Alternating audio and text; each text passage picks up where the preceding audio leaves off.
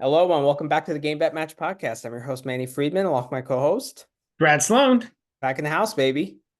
Yeah, for sure. House for Good round three day. of Good Wimbledon. day. Oh, it was an amazing day for me today. One of my best days ever. I'm extremely pumped up.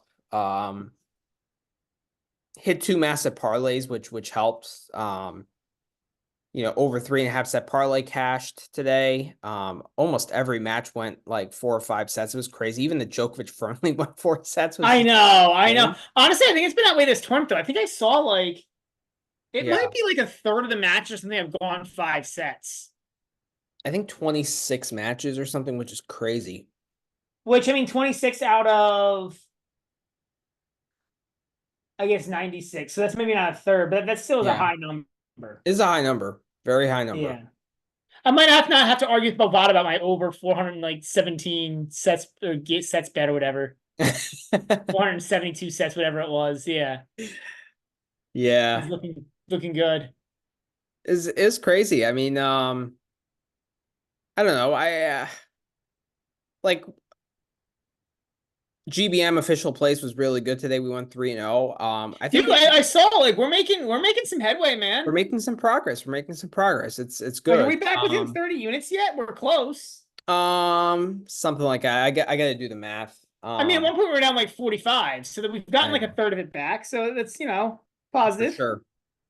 We got to talk about this Paracard Nishioka under 44 and a half. Like that was one 43 of and the a half. biggest. Yeah, it closed. Oh no, it closed it under 44 and a half, which is yeah. I mean, look, Insane. It's it's one of not the biggest right. misprices of the year, I think.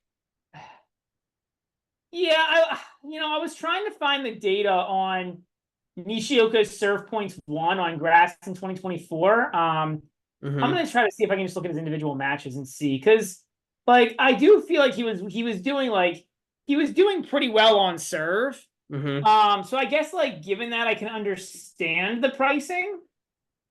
Because like if you're just looking at data and you're evaluating just solely based on data, then maybe you've got Nishioka down as like a big server because he's doing so well at holding serve. Obviously, I wouldn't agree with that idea because you and I both know from watching tennis that Yeah. Nishioka is not a big server, but coming Well, off an I mean, the illness. reason why it was a misprice was like, I think the market was just going based off of Pericard's last two matches when he played multiple tie breaks. I think Oh, I think that's overly simplistic. I he played mean, four tie breaks with Corda, and then with Janvier he played three tie breaks, right? So I think the market was like taking that into account, but there's certainly it should, right? Like it should take that into account. yeah. I mean, Um, I think the accurate over under would be like 40 and a half or 41. I'm I not saying agree like with you, and that's why I was looking at Nishioka because like what was weird is that like Holly's Eubanks was 44, right? So like yeah. you know this is not like this is not that like Hmm. Right. Right. Yeah, I mean, I'm glad we capitalized. I feel like a lot of people didn't see that or capitalize it or think that much of it.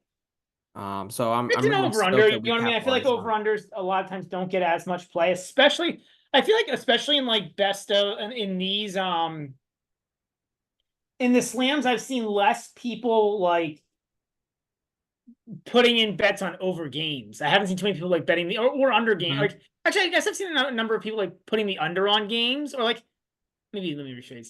I haven't seen people doing this kind of over under game betting on like the high. Like I feel like the higher totals people have just been staying away from. Mhm. Like maybe somebody will bet like oh Djokovic under 30. But that's basically just like betting the spread, right? You're not like Right. that's you know what I mean. Like you're not really like that's not really like a specific over under bet in that sense. I feel like I haven't seen a whole lot of people on Twitter in general like betting the over under games on these like higher total Right. Like matches. a clear example is like the Shelton Harris match, right? Like, that was pretty much the same total at like 44 and a half. Like, I don't think people went over or under there because like it's so high, but everyone knows that that match is going to go over. Um, right. Right. And like, yeah, I completely agree. And Yeah. it's also the type of thing where like I think it's a little bit more like I don't know, complex too, betting the over-under games. Because, like, you've got to think about, like, the chances of it going 5 sets versus 3 sets, right? Because basically almost every 3 set, unless you're betting, again, like a Djokovic under 30 or something like that, basically every 3 set's going to go under and every 5 set's going to go over. Right. So you're trying to figure out, A, how often it's going to go 3 sets, 4 sets, 5 sets. And then B, you're trying to figure out with those 4 sets, how often it goes over or under that total. And it's just a lot to think about, right? Like, it's easier to think about the sets or the spread. It's probably the hardest one to really think through. It is, especially in best of 5. There's no doubt about it. I mean, I thought, like, as far as misprices go in terms of money line, for example, Rusevori at plus 425 versus Tsitsipas, like, I feel like the book is taking more into account the numbers and the stats, but with Tsitsipas especially, I feel like you can gain an edge on the market just because of how matchup dependent he is. I mean, yeah, we've talked about that for a while, Mhm. right? Some guys are more matchup dependent than others. And I would say Tsitsipas is definitely on the high end of that For being sure.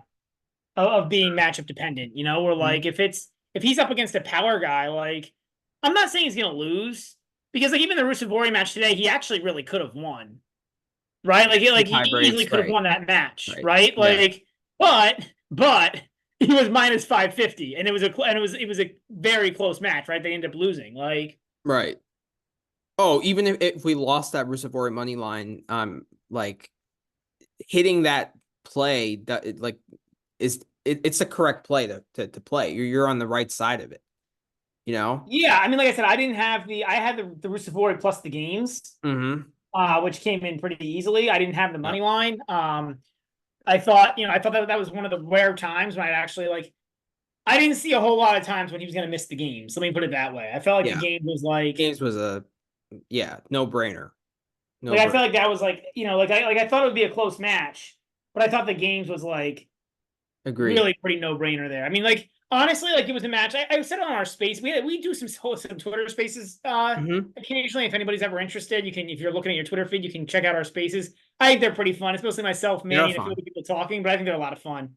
Well, we But got Tidbits Tennis on, right? From we got a M9. Dave Berger, Match Point Nine, John Yeah. Reed on. Sometimes we got a few other people on who are interesting. Miles Davis come on a few times. Who's an interesting Mm-hmm. tennis guy. Um, yeah, I just it was like to me that was like a I mean I said on the space like Rusev could have lost that in straights and covered 5 games and It's covered the crazy. spread, Yeah. which is like kind of funny because you almost never see that, and it wouldn't have been particularly surprising. It wouldn't have. I mean, I put that in my write up because we were like, you know, Rusevori can have a couple of those bad service games, right, where he just sprays airs, but you have like 2 or 2.5 of those that you can afford. 2 to 3 of those you can afford.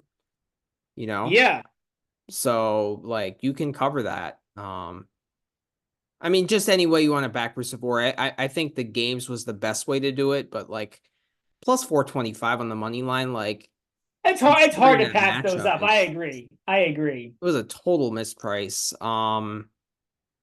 I mean, I guess I mean instead of just like gloating about how good of a day it was for me, I think we should talk. Let's talk about like the tournament as a whole so far.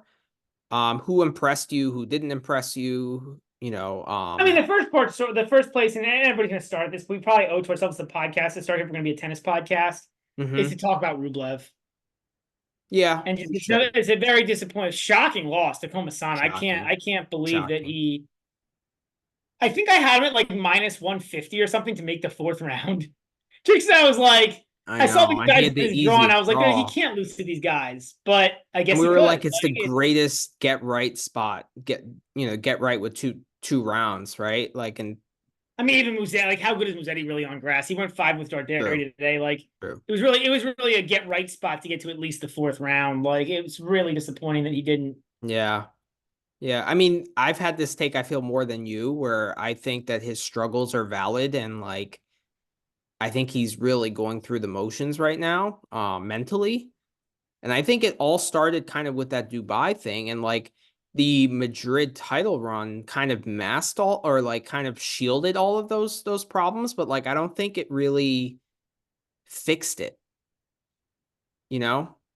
I've got a different take. I'm wondering if it's more the other way, that there's something wrong, like something wrong in his life somehow. I don't know. Like he seems to really have gone off the rails with the emotion. Like he was always crazy, but he seems to have really gone off the Mhm. rails. Like and repeatedly.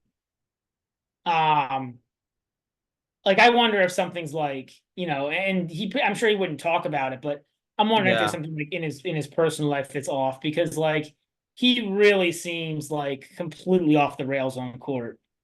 And it's starting to impact his tennis in a way that it didn't before, Like you'd see him get angry before, but he would still play the same tennis. It wouldn't be like there were occasions, certainly there were definitely matches where he would like flip out and go nuts, but it certainly wasn't against lower ranked Mhm. guys. Like you'd see it against, like Yeah, I not remember to him this like extent. almost starting to cry when he was playing like Casper Ruud in the World Tour Finals. Um, so there's definitely a few examples of it where he's lost his emotions, and it's like, made him play significantly worse, but not to this extent, this regular of a basis, and against opponents who he's way better than. Yeah, I think the fact that he can't win points at net and is really, really problematic because he really only has one way to win points, and that's by bashing balls from the baseline. And if that's not working, he really, really like is quite one dimensional. Like it's just last year he had such a good year and he was doing that at such a high level that it didn't really matter. But when those his baseline game struggles, it's like he doesn't have much to fall back on, you know? Yeah, yeah. And I think that's a problem. I don't know. He might just need a break. Like for me, I mean that's the other question, right? Is he actually just fatigued because he's played too much tennis? it Like it might it be was mental really fatigue. interesting that he's not playing the Olympics, and the ROC president said like Andre plays every week, he needs a rest. He Now we does. really should see if he actually takes that rest. I would put money on. I would if at -110, I would bet he ends up playing Washington, but I'll be curious. Yeah. I think it would do good for him But it also to could, take a like, who rest. knows, right? Like I said, my theory is there's something going on in his personal life, because like regardless, like he just seems completely off the rails right now.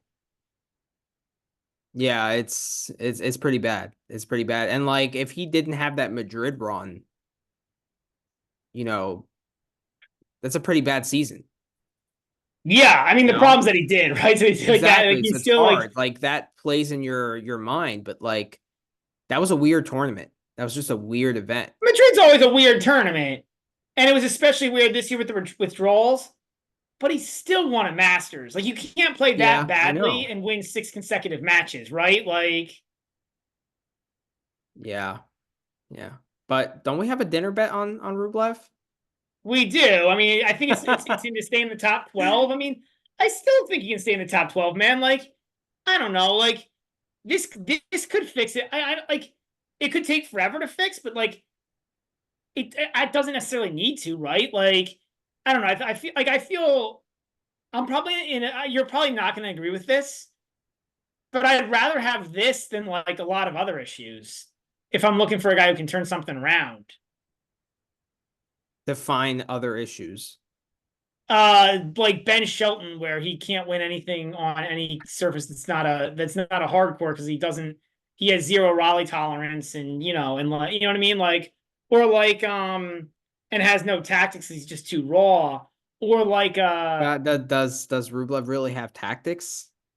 I don't know. yeah, oh yeah. And we talked about this, Manny. Like we talked about how he started to develop some tactics, right? And started to play he doesn't come to net, fine, but he's got tactics with his baseline shots.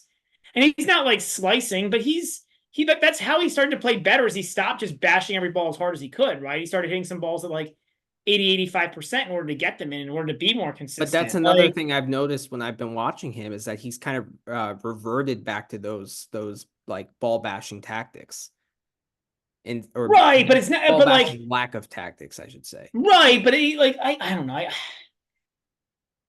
Like he's shown he can do it, right? Like he's shown he can do it, and it's not like there's some like Like the issue is, if there's an issue, it's all in his head.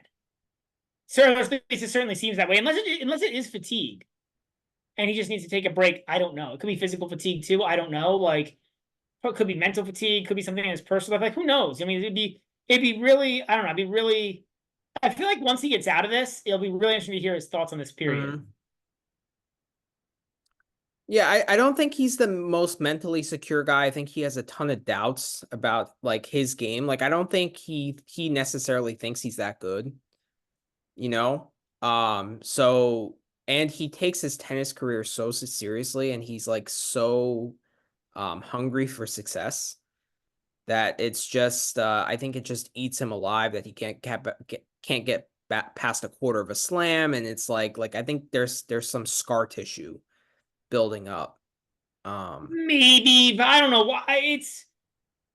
He's gone really off the rails really Or quickly. you think it's something more? Yeah, Yeah, you I might mean, be like, very I well. mean, like, Might be it's right. just like it's crazy how the past 3 months he's gone. Like, and yeah, he was always a little crazy before. We agree, but never like this. And like I say, it never was like some of the ball bashing stuff he's been doing is just like insane. Like the match he played against Arnaldi was just so terrible, such terrible bashing. Yeah. Yeah. Like just missing balls by 20 feet for no reason. Like, I mean, last year we were praising him for, get going crazy mentally, but then getting it back really quick, you know? right. Like, and that's the thing. That's why, like, it's like he's always been this way. So it's like I don't think it's like the mini tantrums or whatever you want to call it's the problem. Mhm. I think it's like And tennis fits many personalities, right? You don't have to have a certain personality to be successful at the sport.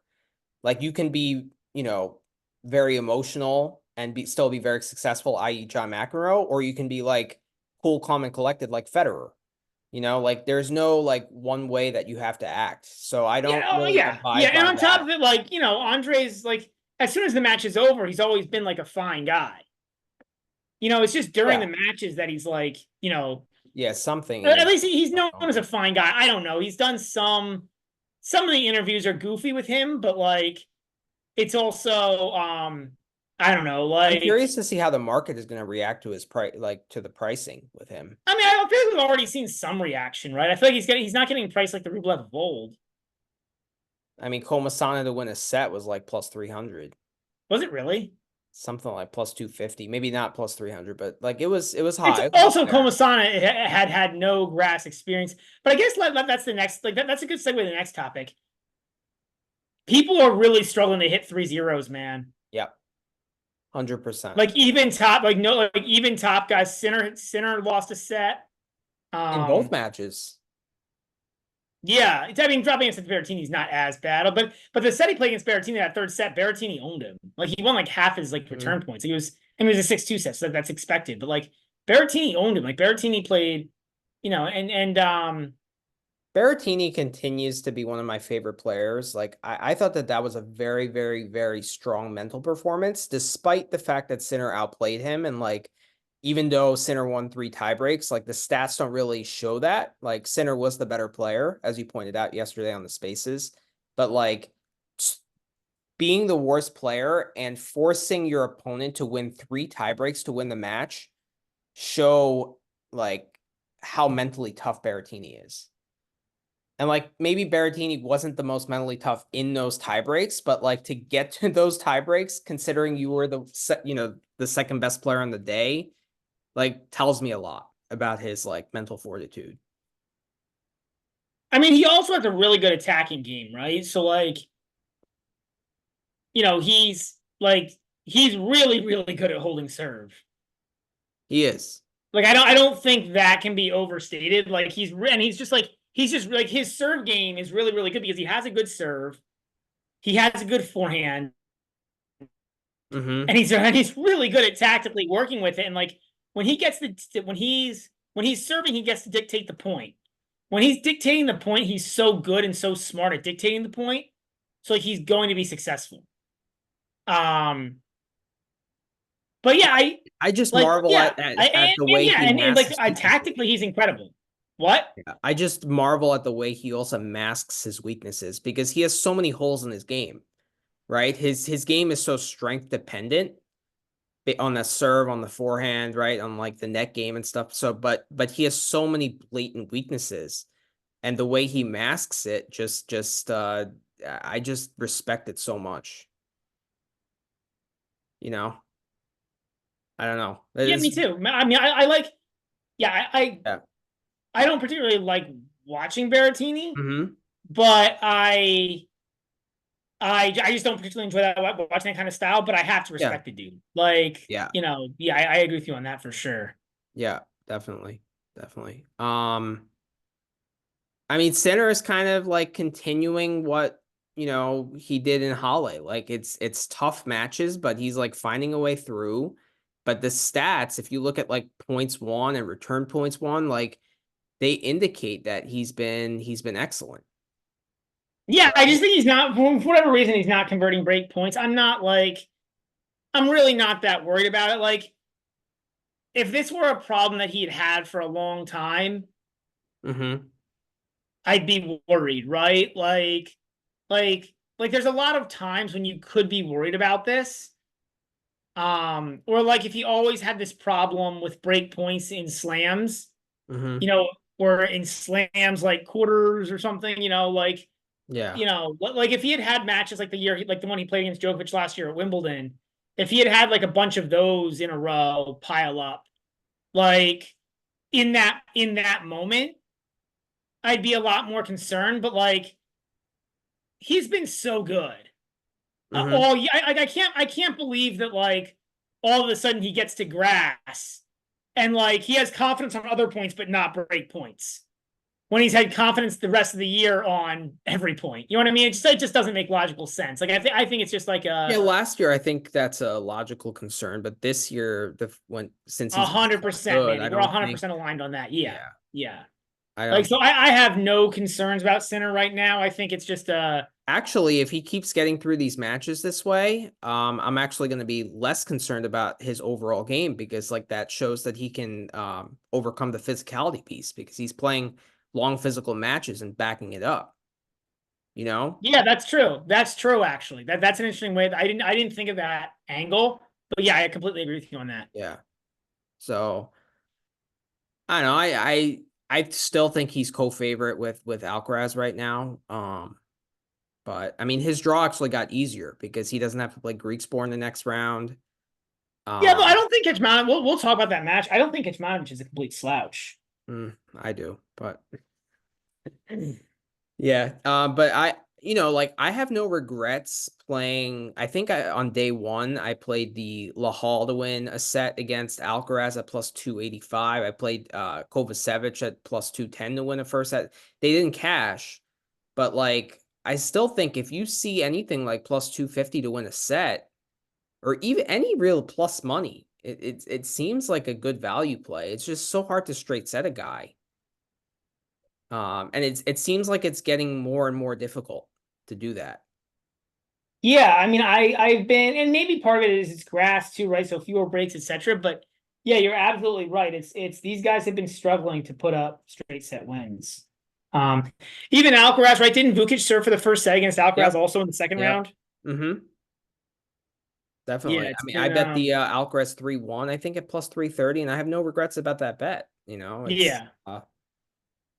probably in hindsight, I should have been on the Vukic set one money line instead. I think that you probably get a better price. Plus, the chances that Alcaraz loses the first set, I feel like are higher than any other set. But I actually don't know that I agree with that. uh, I think it's different with different guys. I think Alcaraz can start leaking at any time, to be honest. Piranha actually put a like one of his stat sheets up, and it shows that he's way more vulnerable in the first set than other sets. Interesting. All So right. yeah. I'd have to see that because I'm thinking like I mean I'm thinking of examples. Like didn't he lose So a set like a Piranha second set to Taro Daniel pretty recently at a slam? he does sometimes, but the majority of the times it's the first set. And I think Piranha also posted something about like the value on placing Alcaraz to lay games after the first set. That one makes a lot more sense to me. That one makes a lot more sense to me because I think more than almost anybody else on tour, like it's so hard to play against Alcaraz physically He just wears down a lot of these weaker Yeah. players. Like that one makes so much sense to me. Yeah.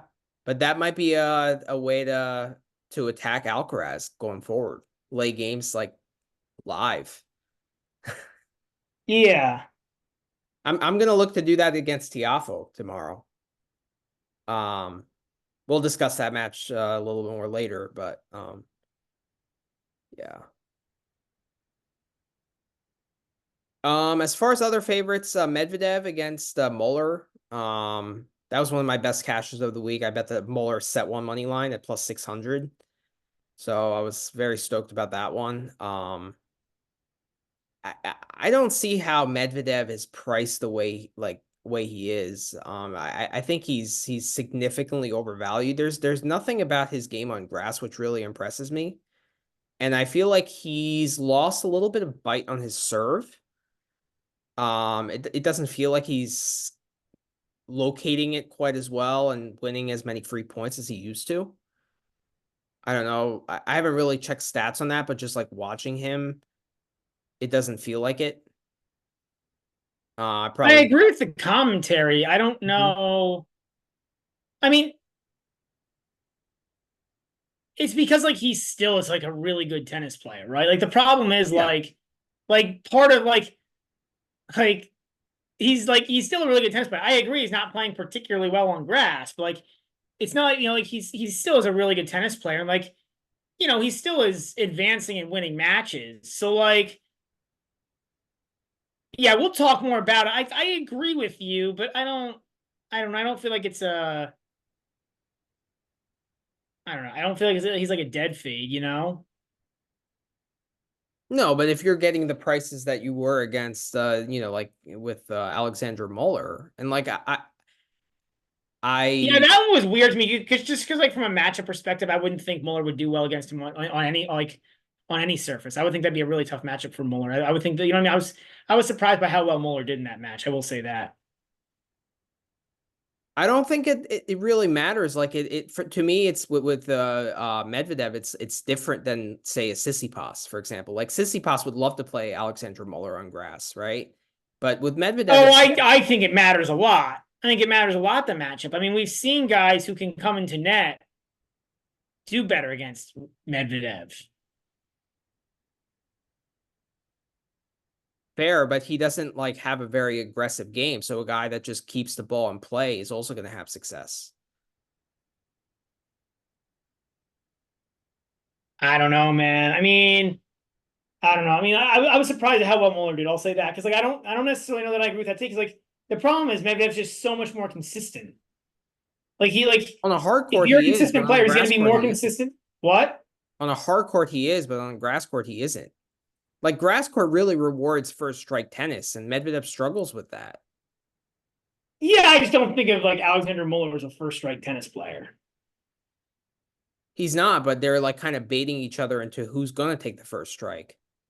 And Medvedev is not necessarily good at taking the first strike. So, like, to me, with Medvedev on grass, I don't really look at the matchup too much.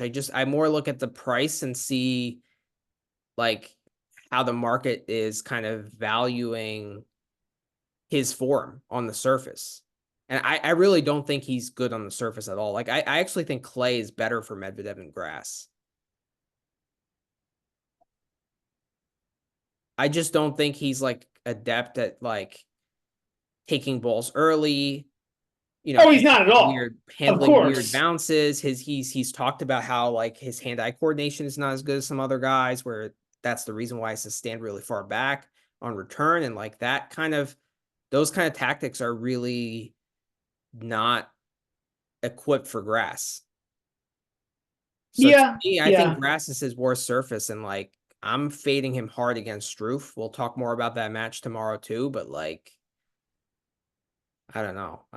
I don't like what I'm seeing from him. I think the first round was just more bad Kovacevic, more than good Medvedev. But okay. Dimitrov came back from 2 sets to love against Jerry Shang. So I want to talk about Dimitrov. I kind of think he struggles against lefties. Because we saw this against Tabilo in Miami.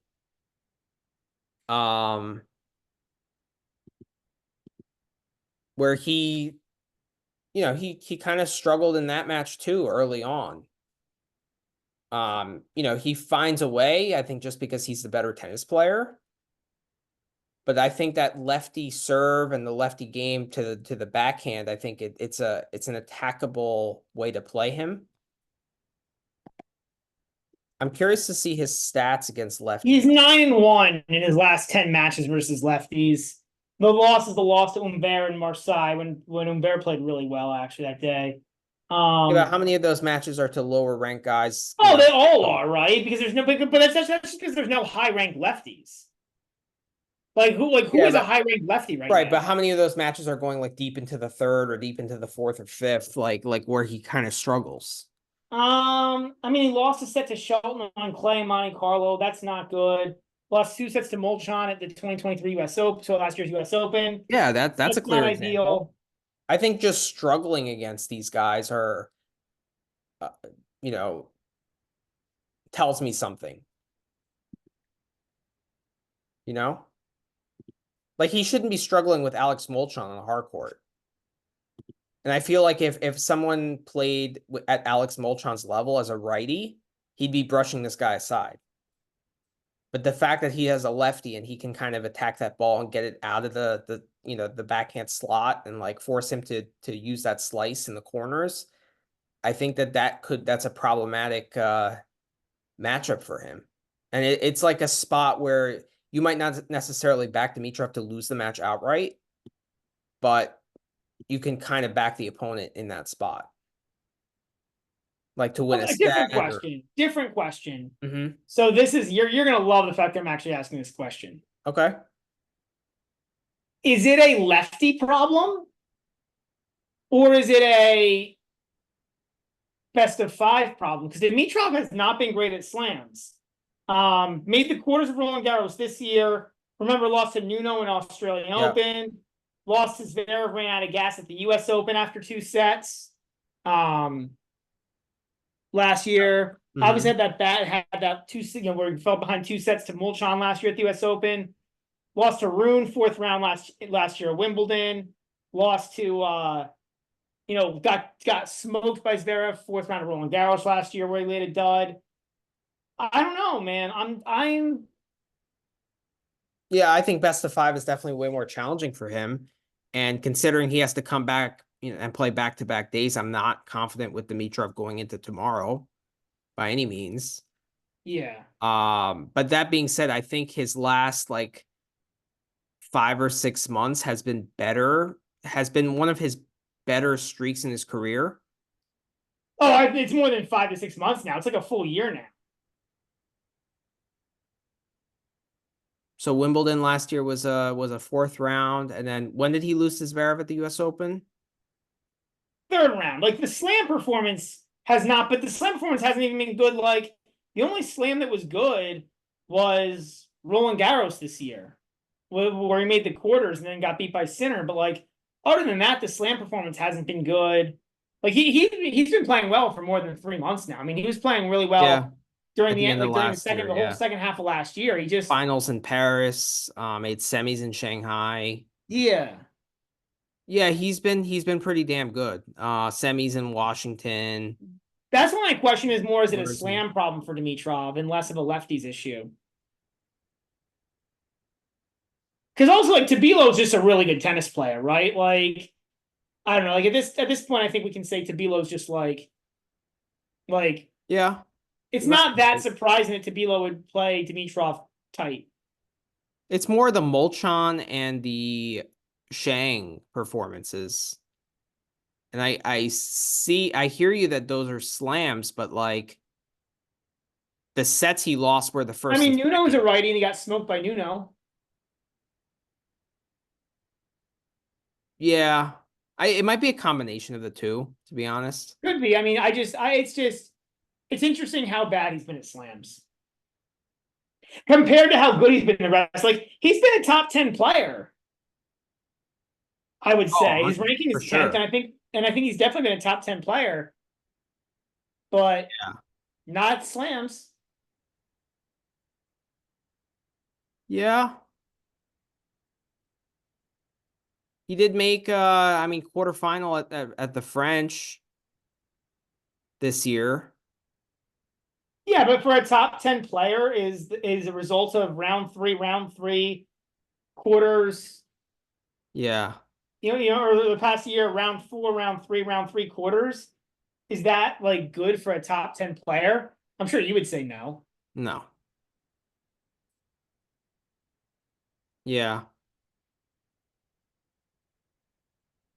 Yeah. I mean,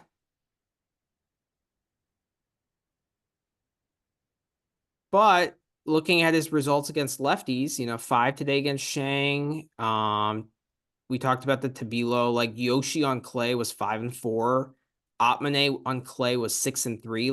Like those are That's not that wins. bad though. I mean, I got to imagine what would be priced at for a match like that, like 4 to 4.5 He's not game favorite, probably 5 on clay, probably like 5, maybe 5, four and a and a half, half. 5. It's, I mean, yeah, I don't know. It'd be interesting to look at what the it'd be interesting to look at what the closing price was on that I on mean, spread. I feel like, Shelton took a set off him in Monte Carlo last year. yeah, that's not ideal. Molchan lost, I mean, that was a slam, obviously, but he lost the first 2 sets and then like fifth set It could be tiebreak. both. It could be both. So I think it's a combination of the two. And like a lefty's game I just usually don't think his plays up against backhand a is that one-handed bad. backhand. Like Dimitrov's backhand's good, no? It's not bad, but like because a lefty's forehand is gonna tail away from a righty's backhand, right? Like especially the ones with spin, Yeah. it like tails away. So I think that is problematic because it opens up the court more. So he's playing defense. But why would, like, I don't know. I don't like there I don't but it doesn't like it should be particularly more difficult for Dimitrov than any other right-hander, right? Yeah, you might be right. I can't really like pinpoint anything. It's just as I I mean, was it's an like interesting thinking point about the though. Shang There match. definitely are examples of it.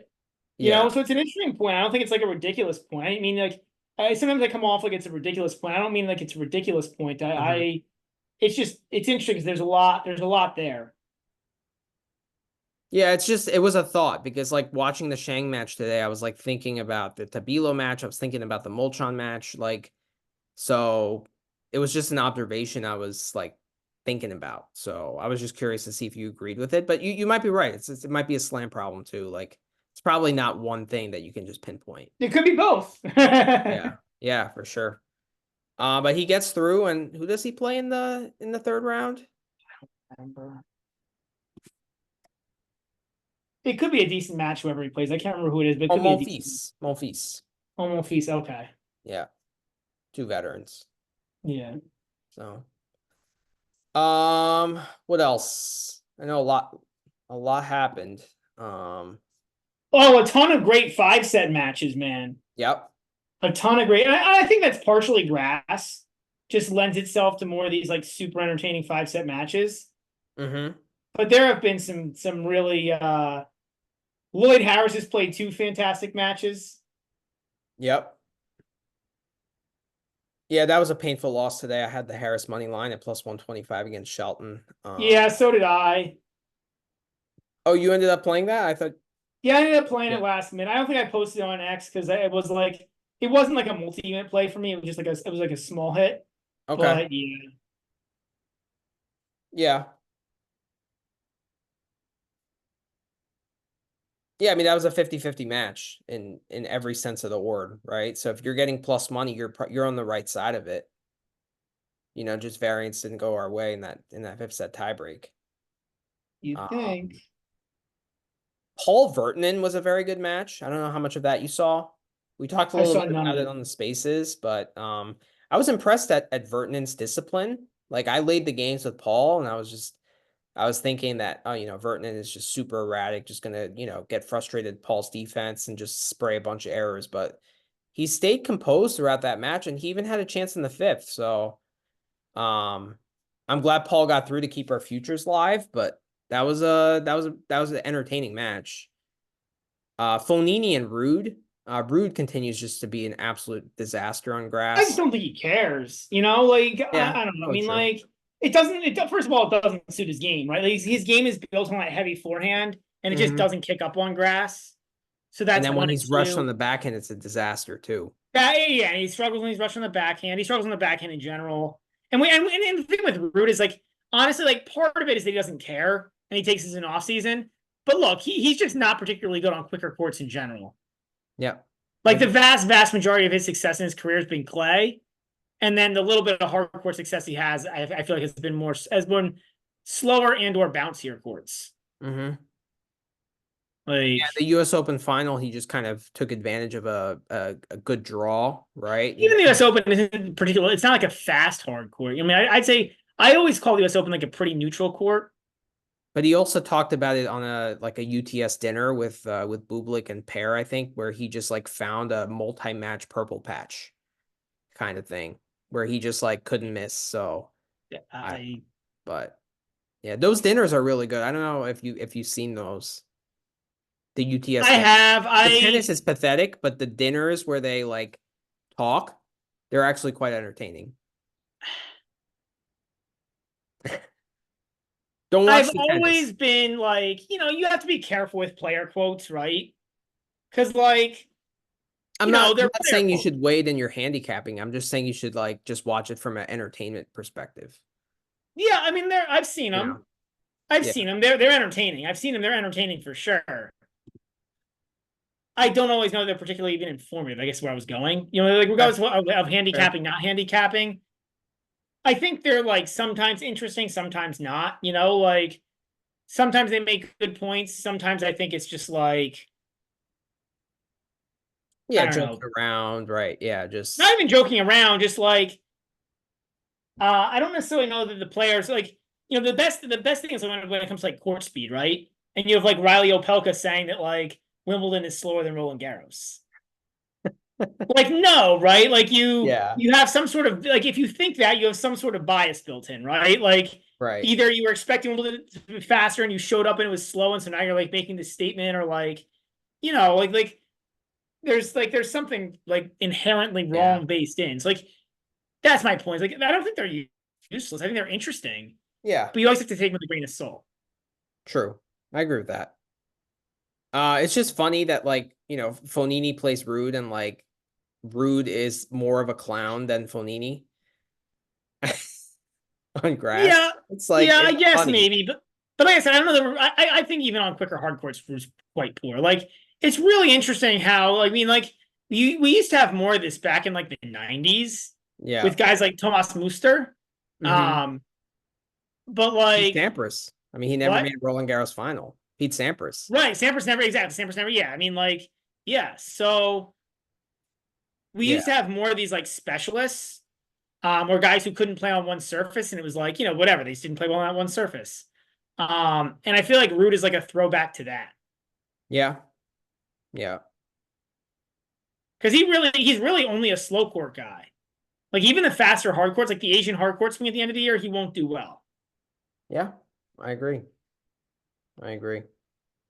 Well, he can get back on the clay now. The Olympics are coming up, and there's, those clay. Well, there's the whole month, right? There's like whole like weird July month of clay, which I've never really completely understood why they have. I guess there's just like Well, too this many year clay it's going to courts. be fantastic because everyone is gearing up for the Olympics. So it's kind Yeah, of like another like tour or another like clay court swing, where people are getting ready for another big tournament. you're right. You're right. It's interesting So this year. It this has to year make it's it going to very be interesting this year that fantastic. the Olympics are on clay. Yeah, it's kind of like they're viewing those 250s as like a warm up to the slam, which is the quote the Olympics. It's very interesting. It's basically like we have another like slam buildup. It feels with the Olympics this year. Yep. So I think it's great. What else? Oh man, we got to talk a little bit about Fritz. That was hilarious, man. With today with Bro, we can talk about Renderneck? player commentary in general between Tiafoe's clowns comment and then the whole like Fritz Rendernach dispute was hilarious. So fill me in on I saw a little bit of it on X, but like fill me in on the dispute. So Rendernach made a comment a few days ago something like, "Oh, I hope," and I don't remember the exact quote. I have to look it up, but he said something along the lines of like, "Oh, I hope Fritz doesn't cry as much this match." Like when we played in the French, he was like complaining about the French crowd.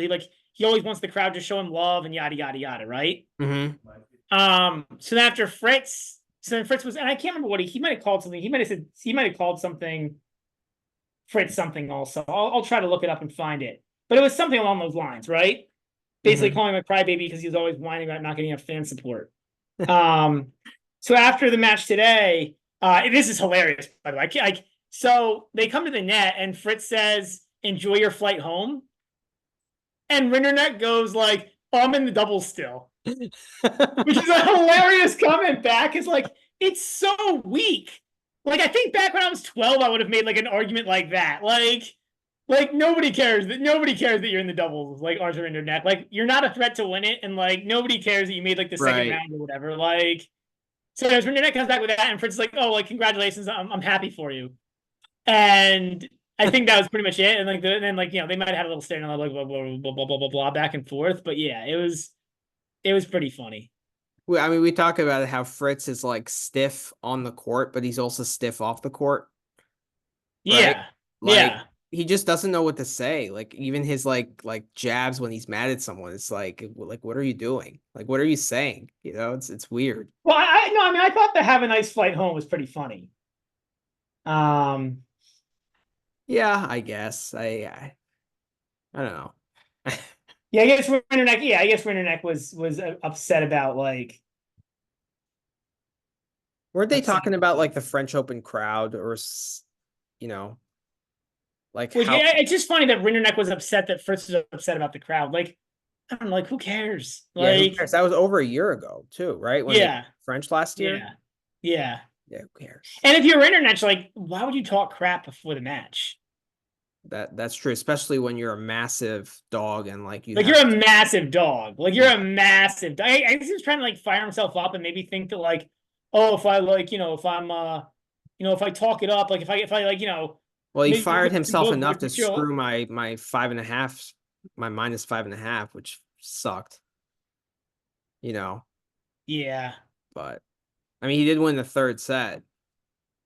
Just yeah, yeah. And yeah, I didn't back it. how about I thought Tiafo five and a calling half. Like, the people he's losing to clowns? I was appalled by that statement. Like I don't have much respect for, or I don't like Tiafo, and that comment made me like him way less. I thought it was like complete bush league, and it's like something you just can't do, you know. And maybe he didn't mean it that way, or maybe it came out came out wrong. yeah, But you never know, like how what was like because like the interviewer, right? Like a lot of journalists are gonna want to have a quote like that and publish that, mm-hmm. to like make their name. So you never know like what was really happening, like quote unquote, like during the interview, what's the context, yada yada. Um, but yeah, especially like Tiafoe was like he acts like he's such like everybody's bro on the court. Right. Right. So is that really how you're thinking of those guys? You act, like you're best friends with them, but then off the court you think they're all clowns. Like it just the optics of it was Or just is he like kissing up to like the top 10 guys and then saying everyone else is a clown, Like, I and I'm don't not saying that's better. I actually think that's worse, but like, yeah, there's no good way to slice this. yeah. Um, I mean, he's been playing like I thought it was a pretty disrespectful comment, like, oh, and it's and terrible. I mean, Tiafo at least appears to be an intelligent enough dude not to use that word at all, right? Like, Mhm.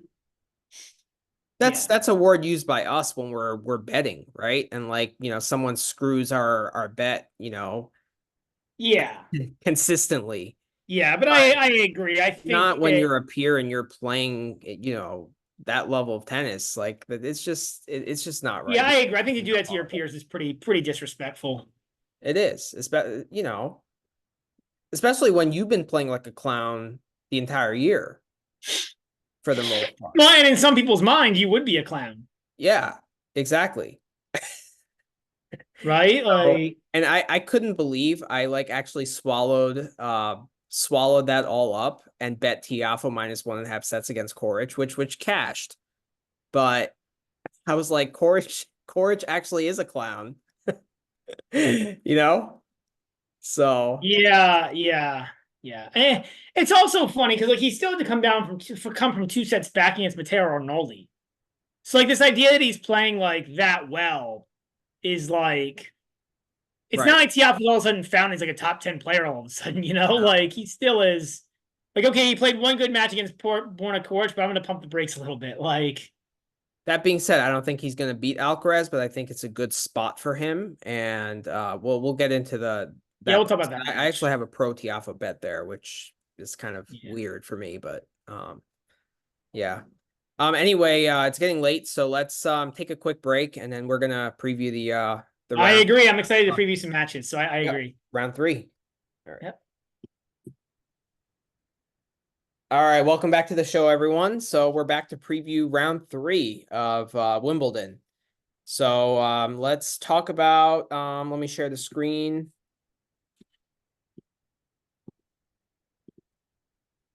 All right, so the first match we're going to talk about is Brandon Nakashima and Ugo Humbert. We're expecting some rain in the forecast, so it looks like they staggered these matches pretty poorly, and they just like put them all on like the show, like the outer courts kind of early on, because I don't think they expect them to you know to finish. That's what it feels like, because it feels like there's rain throughout the day. Yeah, I mean, I think that's smart, you know? Like I'm not it's one of the times like I'm disappointed because like from a like I'd prefer they not do this, but like Mhm. I also get it if it's gonna be, but honestly, so I'm looking at it. Yeah, I mean, yeah, the problem is it looks like I'm looking at the weather forecast for tomorrow, the hour by hour, and it Mhm. looks like the only break from rain is gonna be like 11 to 4. Right. Right. So So that's why they did this. Like they that's why they literally put all have the to. matches early. Yeah. Yeah. Sucks from a Um, viewing perspective, but yeah, it is smart from a player perspective for and it's sure. one of the few times we've actually seen a tournament be smart like this, and actually like try to look out for the players. So I'm fully supportive. Okay. All right. Yeah. So the first match is Nakashima Humbert. Nakashima is a half a game dog, even money on the money line. Humbert is -120. The over under is 42.5. So pretty much a pure pick 'em. Um, Let me hear your thoughts first. I had some trouble capping this match. Humbert hasn't been that good. Nakashima has relative to how they usually play, I would say. But I think it's priced pretty accurately. Do you have a play here? I think you took the words out of my mouth. Like, um, yeah, like I agree. Like it's easy. When I was looking at the two names at first, I was like, ooh, like this looks like a really good spot to hit Nakashima Yeah. before I saw the line. But the market's got this pretty close to right, man. I actually think they're a little bit under, rating on Humbert. Like I was looking at Nakashima, so I'm gonna pull up the stats again. But like we talked about it on the spaces last night, Manny. Like, Mhm. who is he beating, Nakashima? Like he's winning matches, but he's beating scrubs. Well, Tidbits pointed this out, and also Gil Gross did, about like Nakashima struggling against big hitters. Um,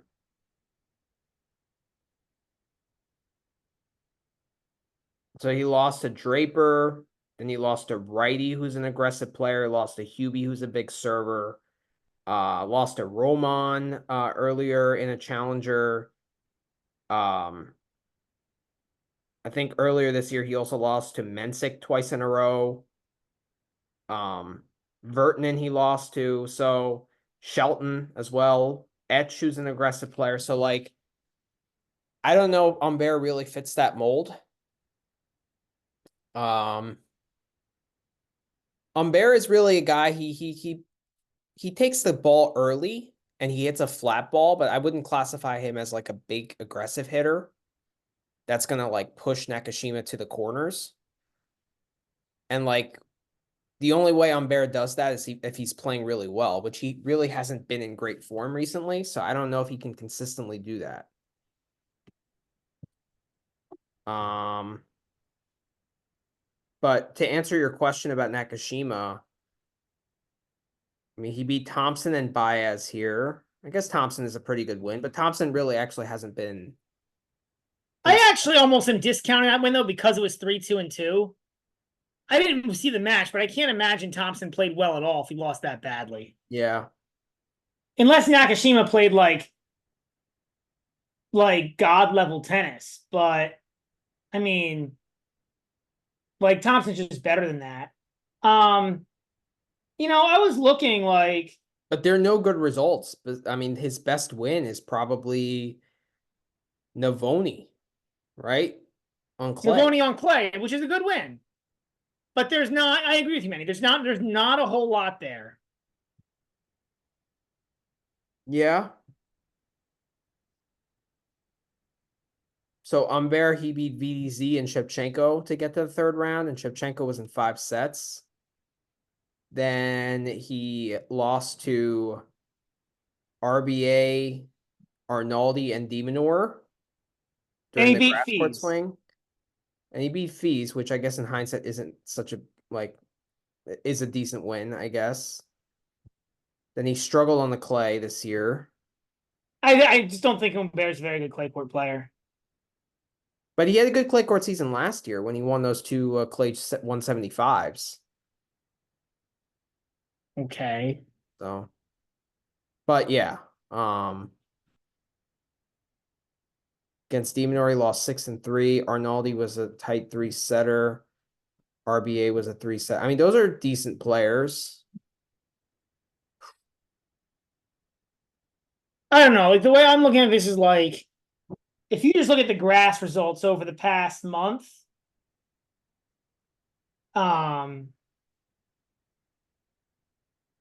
against top 100 players, Nakashima 4-2, Humbert 3-2.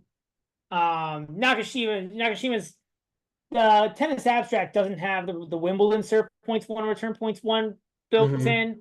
But in the matches before that, I think it was something in like the in like the 90, like the service points one, return points one percentage, like 95 for Nakashima, 99 for Humbert. So like taking out really like beating the like Thompson beating or Nakashima beating down Jordan Thompson.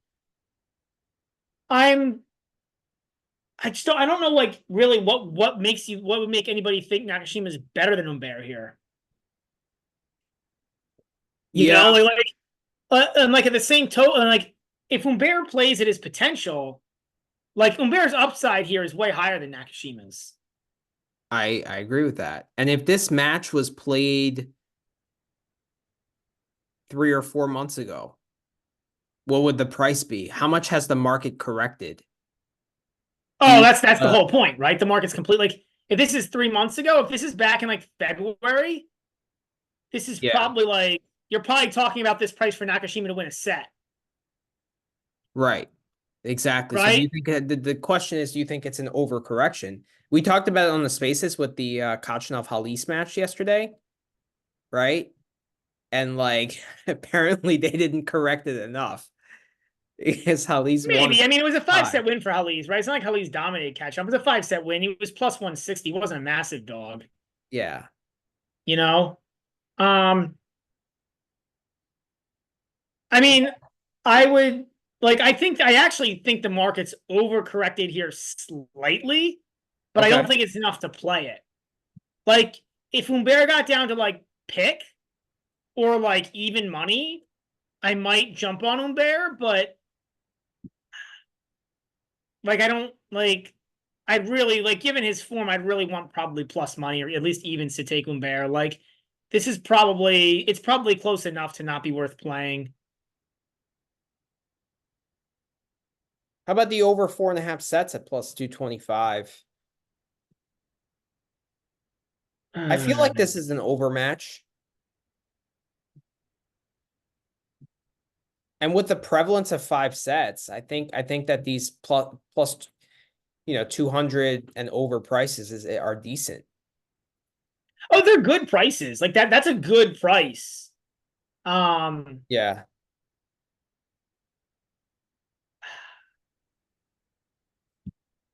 I'm not gonna back it, but it's a good price. I'm not quite on this. I'm kind of hawking this match. Like if Humbert gets down to like if Nakashima somehow picks up more, I don't think he will.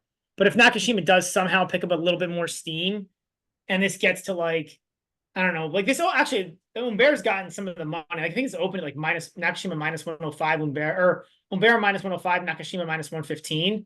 I should have hit it then. Like I probably could make an argument to hit Humbert then. I think this should probably be more like minus 125 plus 105 or minus 130 Yeah, minus it's really 110. But close. Right. it's so close. It's not even worth like putting a play on. Yeah. You're just that's within the range of the vig, and what do I know? I So kind of like these over on games. Like if you want to back on Bear, I kind of like the instead of playing the minus 120 on the money line, playing the minus 120 on the over 21.5. Because he could lose the match and that could still come through. yeah, I mean you're basically betting there that you're basically taking like Humbert to win. He probably needs to win 2 sets, not necessarily, but probably needs to win 2 sets to hit that.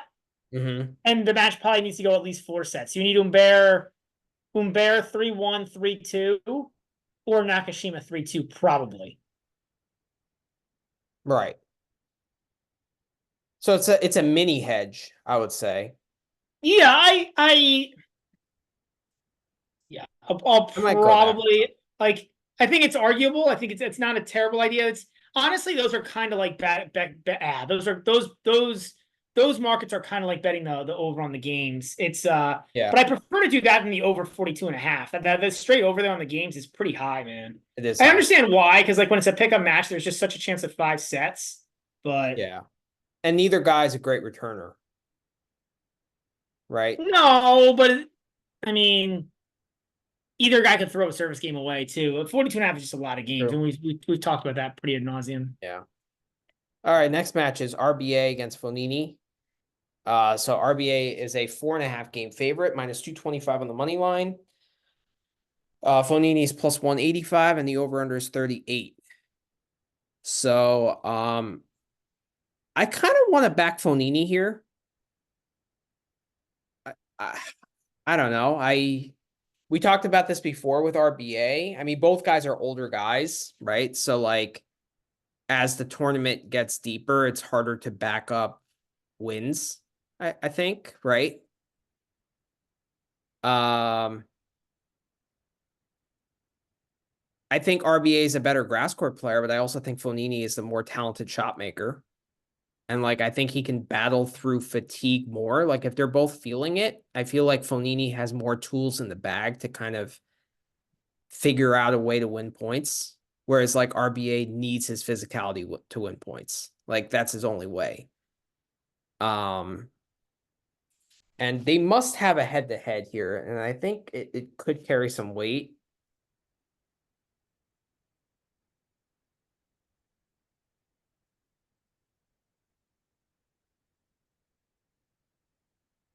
If I'm not mistaken, I looked it up and it was pretty old data if they had any. I think they do have some head to head data, but I think it's pretty old. Yeah. Yeah, 2019 was the last meeting.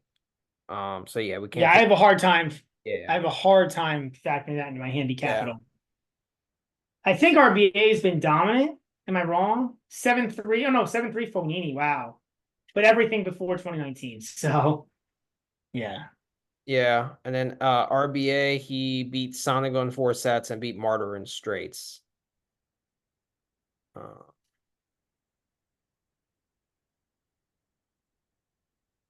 Fonini beat Van Ash and Rude. Do you have a play here?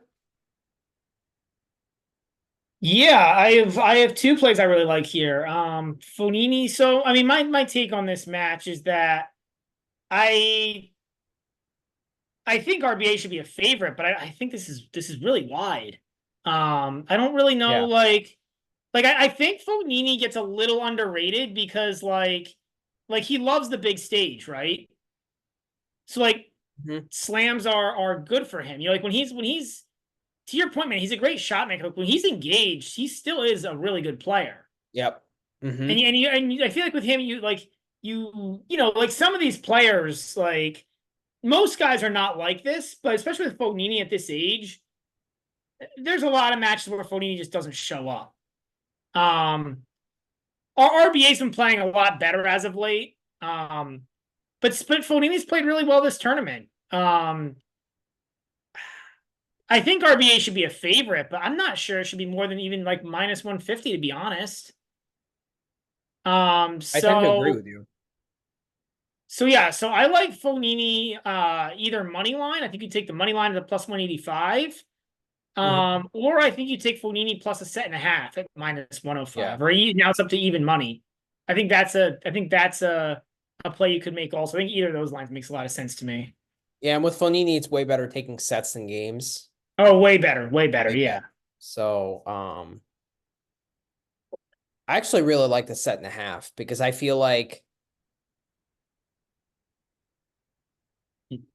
he can throw away a set and then, like RBA is the more kind of mentally stable guy, right? And like if Fonini kind of goes away, you know, during closing time, I think I don't necessarily trust Fonini to get over the hump, but I think he can squeeze out two sets here.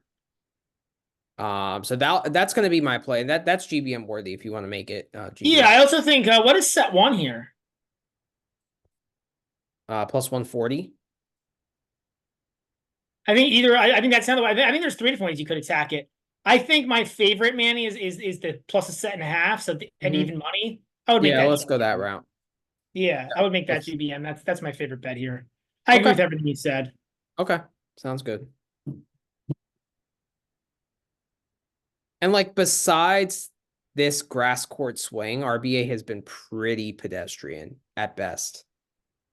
Yeah, I would agree with that. He started to play a little bit better, and I Yeah, think at but this not this point in his much better. career, I think at this point in the career, the grass helps him. I agree, but yeah, he was not very good the first part of the year for sure. Yeah.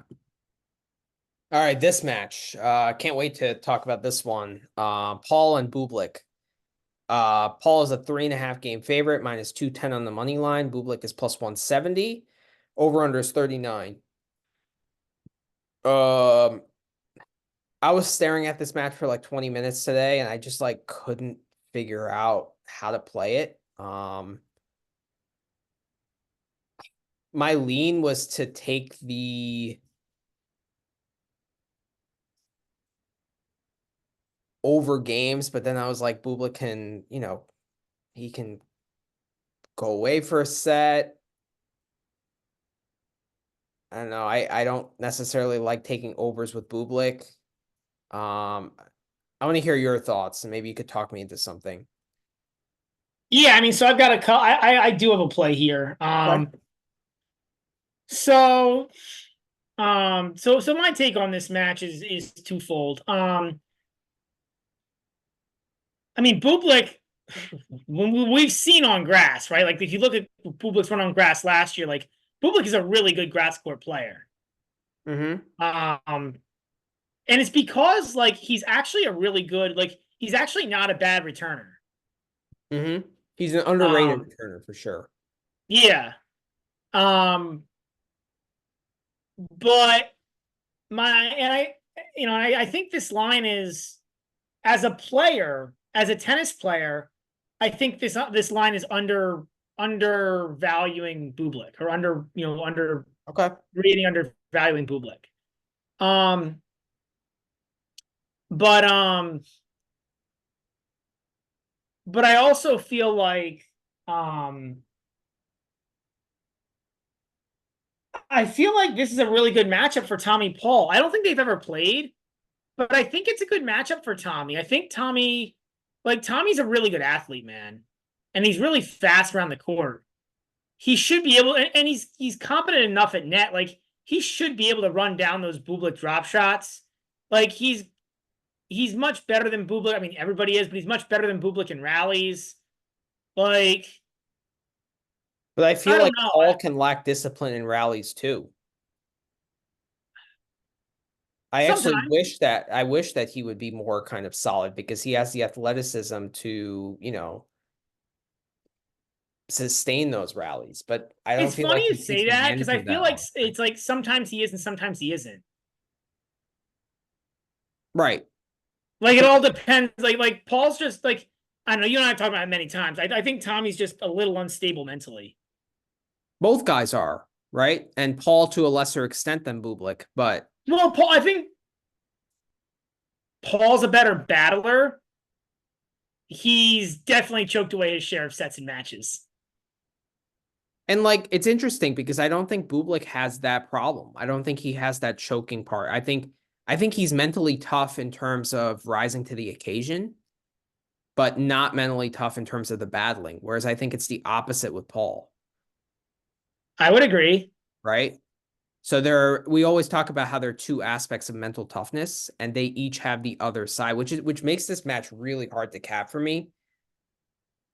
Um, because I also think Paul is in better form than Bublik, right? So I think the form kind of the line kind of shows the form per se. But I like for me, I guess for me, like I don't know that it does. Like I don't know that the line like takes into account the form that much. Well, I guess actually let me restate. But I guess like you disagree with me on the matchup piece. So my opinion is this line is taking into account the form, but not the matchup. But I don't really care about the Bublik form because, like, I don't know, man. It's like I Yeah. said, my theory after hearing that interview on Tennis Channel when Bublik said like, "Oh, my team told me I shouldn't play, but I decided to play because I love grass court tennis so much." Mhm. My theory is appearance fee. Like he could have just said appearance fee and like it would like that would have been the truth, you know. But he knows he can't say that, you know, Did you hear the on a hilarious interview with Bublik and like they asked him about like, his previous performances and stuff? He said, "Oh, I was losing to what Tiafo said." yes, Did you hear yes, that? That was yeah. awesome. That was hilarious. That was hilarious. That was hilarious. I mean, Bublik is he's just pure joy and pure comedy. I mean, I Yeah, love he's funny. It's like he's a funny clown, but he is a bit of a uh clown. yeah. Um, you know, That was um, great. I had to laugh at that. That was awesome. yeah. I'm looking something up here, but I'm going to have a play here. Okay. I want to play this match really badly. I just don't know what line to attack. Yep, so I've got one for you. Okay. So Bublik is 23-15 this year. Okay. On the year, which is pretty good. But he is 12-14 in first sets. Okay. Um, which is, that's a huge gap, right? I mean, we're talking about It 23 and is. 15 versus 12-14, Yeah. especially given that like winning a set really helps you win the match. And rain permitting, this match is at 11 a.m. Well, that's the second part, right? We know how Bublik hates early morning matches. Yeah. So Paul's a pretty good returner also. Um, we've talked about how he's like a good example of like a grass grinder. Hmm. Um, so my play here is either Paul, and like this is why like, and also when you're playing, so my play is Paul first set money line. Or you could play the minus a game and a half in the first set at minus 105. But like this is the kind of like when you play a favor with a first set money line, you actually get a better price also, right? because like it's a shorter time period, so more variance is built in. Mhm. So that's my play here. Is either one of those plays, either the minus 105 minus the game and a half, or the minus 155 on just the first set money line in general.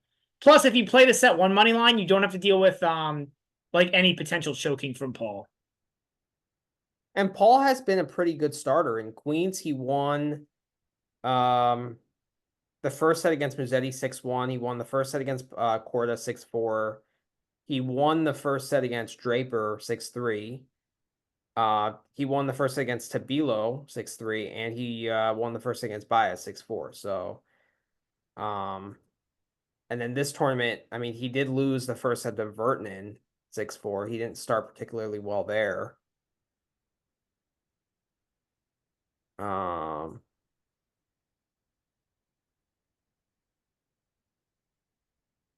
On clay in Rome, he started really well against Medvedev, won the first set 6-1 there. Koper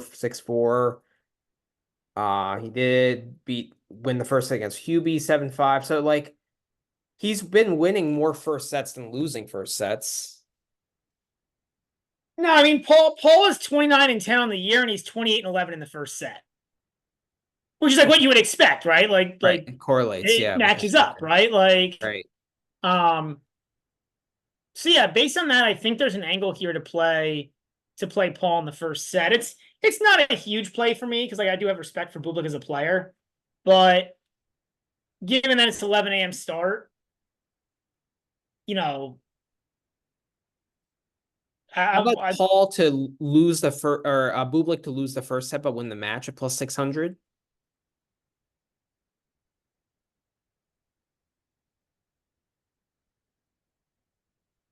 Do you like no. that? Well, not particularly. No, no. Because Because like you think the money line pricing is accurate here? I think it's pretty close. Pretty close. You know what I like? Going through these live. I like the no tiebreak bet at what was it? Plus, where was it? Plus 150. Okay. I feel like the books always expect tiebreaks with Bublik because I feel like they think he's like a big server. Well, he is, He is a big server, but I think he's like they think he's like a serve bot. which is unfair to him. Yeah. Um. Plus Paul doesn't play many tiebreaks because he's not a serve oriented guy. He's more like a movement point construction guy. Yeah. Yeah. I mean, it certainly is an interesting look. Plus, I feel like Bublik doesn't like playing tiebreaks. I feel like he gets like tired of the set quickly. So if he's down a break, he might just like lose that set to focus on the next set, then really like dig in. I like your first theory a lot more than your second theory. I don't think Bublik just like I don't think Bublik just gets to 4 or 5 and really tanks service games like just because he's like screw this, like it's to 4 or 5, it's No, time but to tank. if he's Like, down, what I'm saying is if he's down two breaks in the set, he's not gonna like dig in and try to fight back. sure, I agree. I don't think that plays a very big part in this bet. You know what I mean? I think that's very Okay. fringe. You know, Okay. like how often is Bublik actually falling behind 2 breaks in a set? You know, like in you know what I mean? Like, But even if it's um, one set, like he throws away games. Like if he's down 30 love in a game, he's just gonna throw away that game. He's not gonna like try to dig in and try to force but it. if it's a return game, right, that actually doesn't help the no tiebreak bet. Like, but I do like what you said about Paul. Like, I agree with you on the Paul piece. Mm-hmm. Like, even on grass, Paul doesn't seem to play a whole lot of tie breaks. No, he I don't think he doesn't. played any tie breaks since Vertinen, right? He did not. I cashed Yeah. that bet. So Yeah. I I like the Paul side of that more than the Bublik side of your analysis. Okay.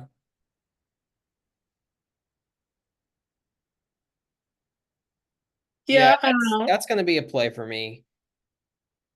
Bublik did play one tiebreak against Mensik and then one tiebreak against Kazo. no tiebreaks against Vukic in Eastbourne. Yeah, he played. I mean, he played tiebreak against Eubanks and Purcell, but those are tiebreak oriented guys, so it might be more due to the other guy than Bublik himself. I think Bublik's pretty neutral when it comes to tie breaks. Okay. Maybe he's just slightly more of a tiebreak guy. I don't know, but I don't. I like your point. I like the Paul side of that. I think Paul is like even on grass, Paul does a pretty good job of Yeah. I like your first set play too. I'm probably gonna lay the 1.5 then.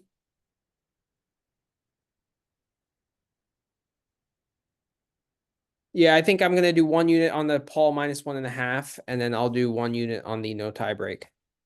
That's how I'm I gonna. hear you there. I think that's a I don't think there's a whole heck of a lot of difference between those two, like between laying the game. I'll probably lay the game and a half as well. I'll probably tell Okay. you on that. But I don't think but it's not GBM. It's not a 2 unit play. It's just a single unit play.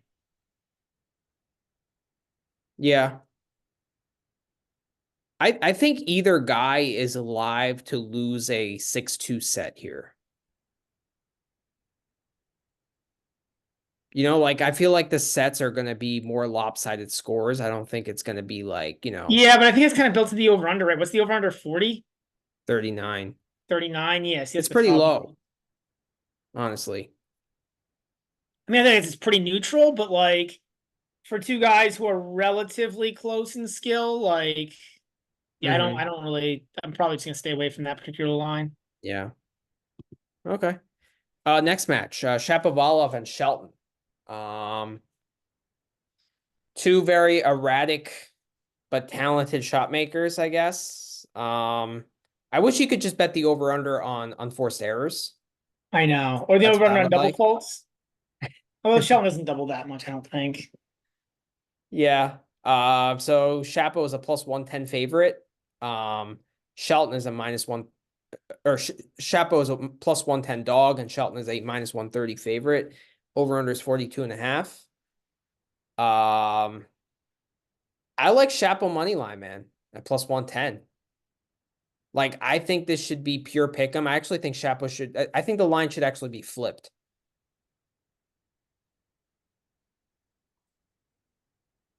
Um, I actually think Chapo is better off the ground. I think they're both equally as erratic, but I think Chapo has a better ability to hit through the court. And well, I mean, Shelton does too, but like, I mean, what I mean is like find holes in the court,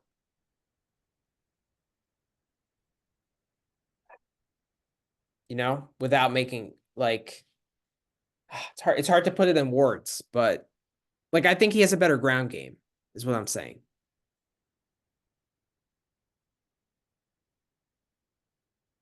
No? I agree. I think it's especially because I think the backhand's better. Yeah. Um, but Shelton's the better athlete. Yeah, but Chapo also has more comfort and familiarity with grass. And I think that weighs in here.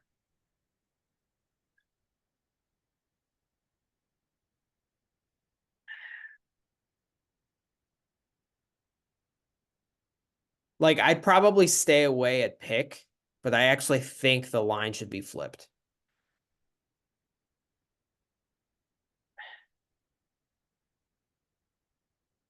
Also, I know Yeah. that they both played 5 setters yesterday, but Chapo had a day off before that, and Shelton has played all 4 days in this tournament.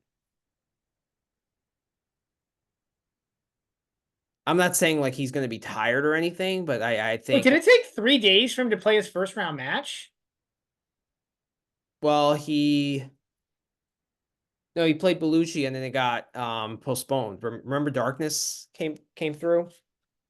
Yeah, but it got postponed to Tuesday, right? Or did it get postponed to Yeah, so then Wednesday? he had to play a set on Tuesday, right? Or like a set and a half. No, the last 2 sets he had to play on Tuesday, and then he Yeah. played Um, oh no, he didn't play on Wednesday, and he played the full match on Thursday. Yeah. But I'm sure he was like sitting around waiting. Like I'm sure there's, like some mental energy and stuff like that, and like waiting for the rain delays and all that. Like he was probably on site, like prepared to play. Yeah.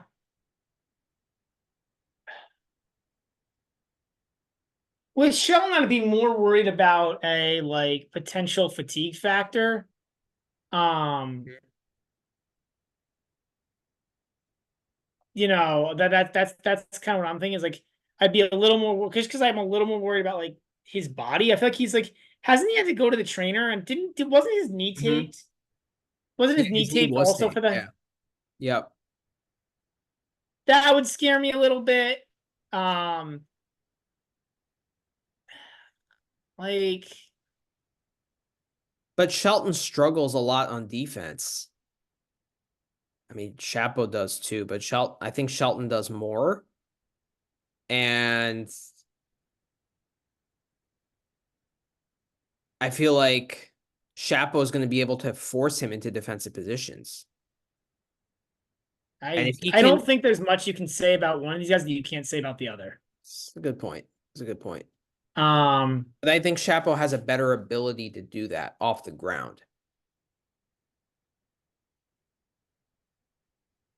Like, I think Shelton has a better serve, but once the rally starts, I think Chapo has a slight edge. And Shelton is so bad on return that that difference in serving doesn't really make that much of a difference.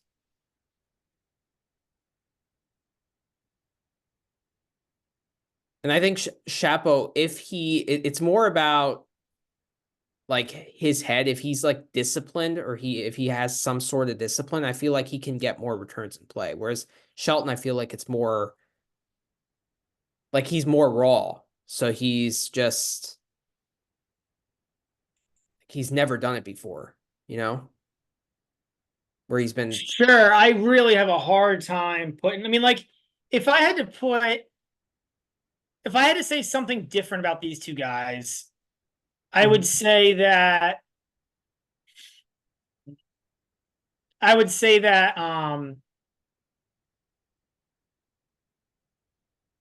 I would say that I'd be a little more concerned about potential like fatigue with Shelton actually because of the different injuries we've seen. Like the I'm still convinced the shoulder's not right, the serve speed is down.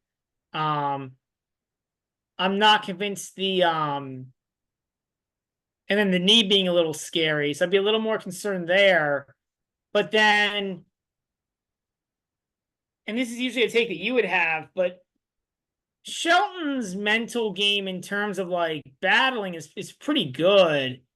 Shapo's much more likely to go off the wire, like Shelton's not going to go off the rails, whatever happens in this match.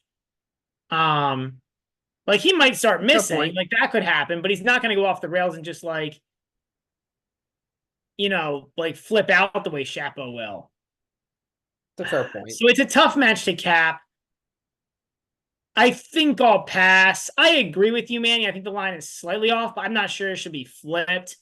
I see this is more of like a minus 115, minus 105, maybe kind of line where I think Schultz should be like a slight favorite there. But I see your point. But It's don't you think close either Chapo is a way. better Like grass court player? Like he's been, he's been to a semi here before. So I he just think, went we five we sets with talked. Danny Altmaier. Yeah, fair. Like But I don't. Shelton is going 5 sets with Mattia Bellucci though. So you can. Neither of those are good. That's my point. I can't put anything between these guys. You know what I mean? Like, uh, yeah. Like Shelton's probably the better tennis player at this point, but Shapo's. I disagree with that. I think Shelton is the better athlete, but I think Shelton is the better athlete, but Chapo is a slightly better tennis player. Ooh, I'm gonna disagree there. Like, I'm gonna disagree there. I think Shelton is. Okay. I mean, look how well Shelton does on hard courts, right? Like, Like Shelton's success on hard courts is something that Shapo hasn't matched in 2 to 3 years. Yeah, if we're talking about, the fall of last year, then yes. But, prior to that and prior to the US Open run, he wasn't doing much on hard court either. Oh, I mean, he was just coming up. I think that's a little unfair. Like, and did he make what did he make the quarter of the Australian Open in 23? I know, like, Yeah. okay, it might have Yeah, been a he little did bit well of in the hard a court slams. That's fair. But he didn't do well in Indian Wells and Miami. He didn't do well in Toronto and Cincinnati. I thought he did all right in one of those tournaments. I thought he had like a tough loss against like Alcaraz or somebody who's another top ranked player. Maybe I'm wrong. But anyways, it's irrelevant to Yeah. handicapping this match. Yeah, I hear you. I mean, it's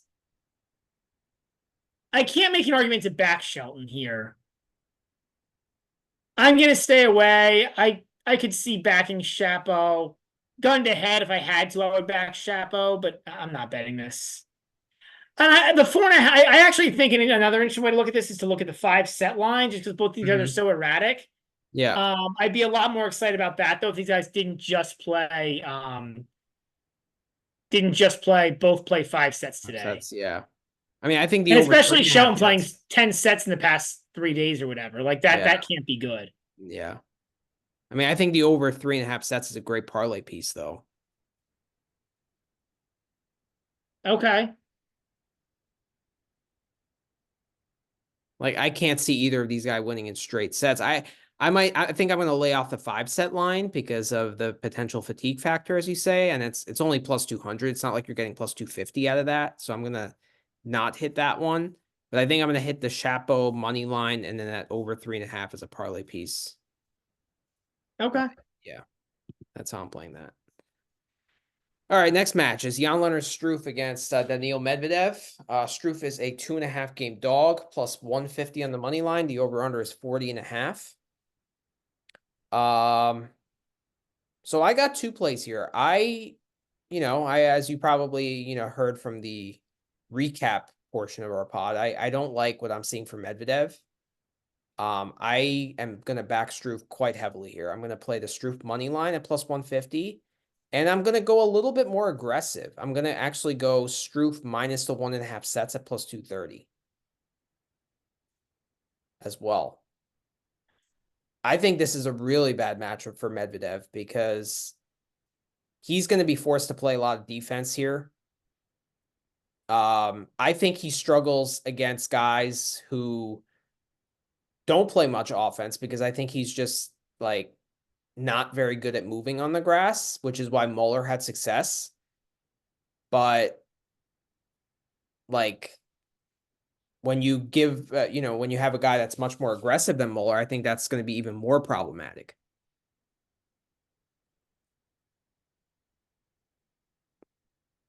I don't know. Like Struff is actually a really good grass court player. He serves really big, and Medvedev can't really resort to his like old returning position. Like he, standing really far back, it just doesn't work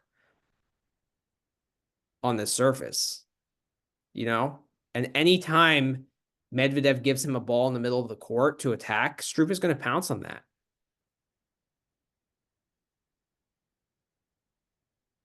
Yes, the question is, can Struff make enough balls? Can he implement that strategy over 5 sets? He's been pretty good as of late. I think he can, and he's very mentally stable. I think this is a great spot to back Struff.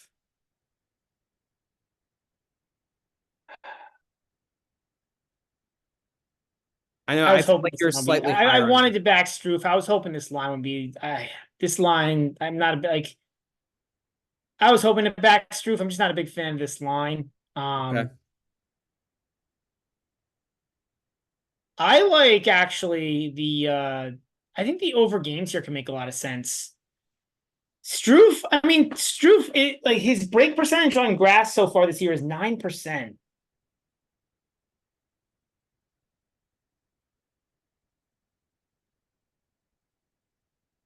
Yeah.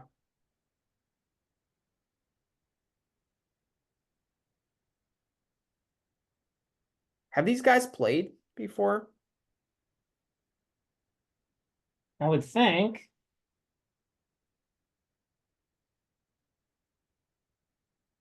Yeah, Medvedev leaves the head-to-head 5-1. But there's nothing recent. They played at Wimbledon in 21, and Medvedev won in 4. But Struff won in Halle in 21 as well, and that was 7-6, 6-3.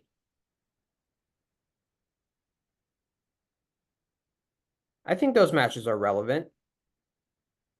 I don't know, man. 3 years is a lot of time. Mate, I mean, I don't know. I feel like Struff is a different player than 3 years ago. I feel like he's better now. Yeah, I agree with you. I agree with you. I don't know how much Medvedev has improved since then on grass.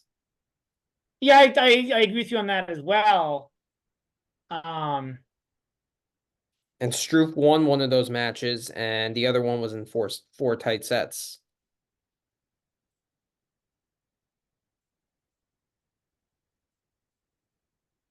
Yeah, I don't know. yeah, I really like Struff here. I'm gonna go the over games. I mean, Daniil Medvedev, he still is a top 10 tennis player. Like he still is like really good at the game of tennis. I know the grass court. I don't think he's a top 10 player on grass. I agree. But Mm-hmm. like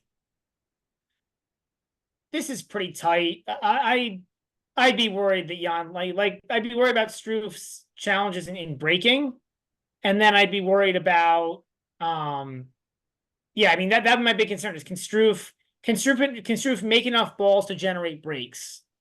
That would be my question.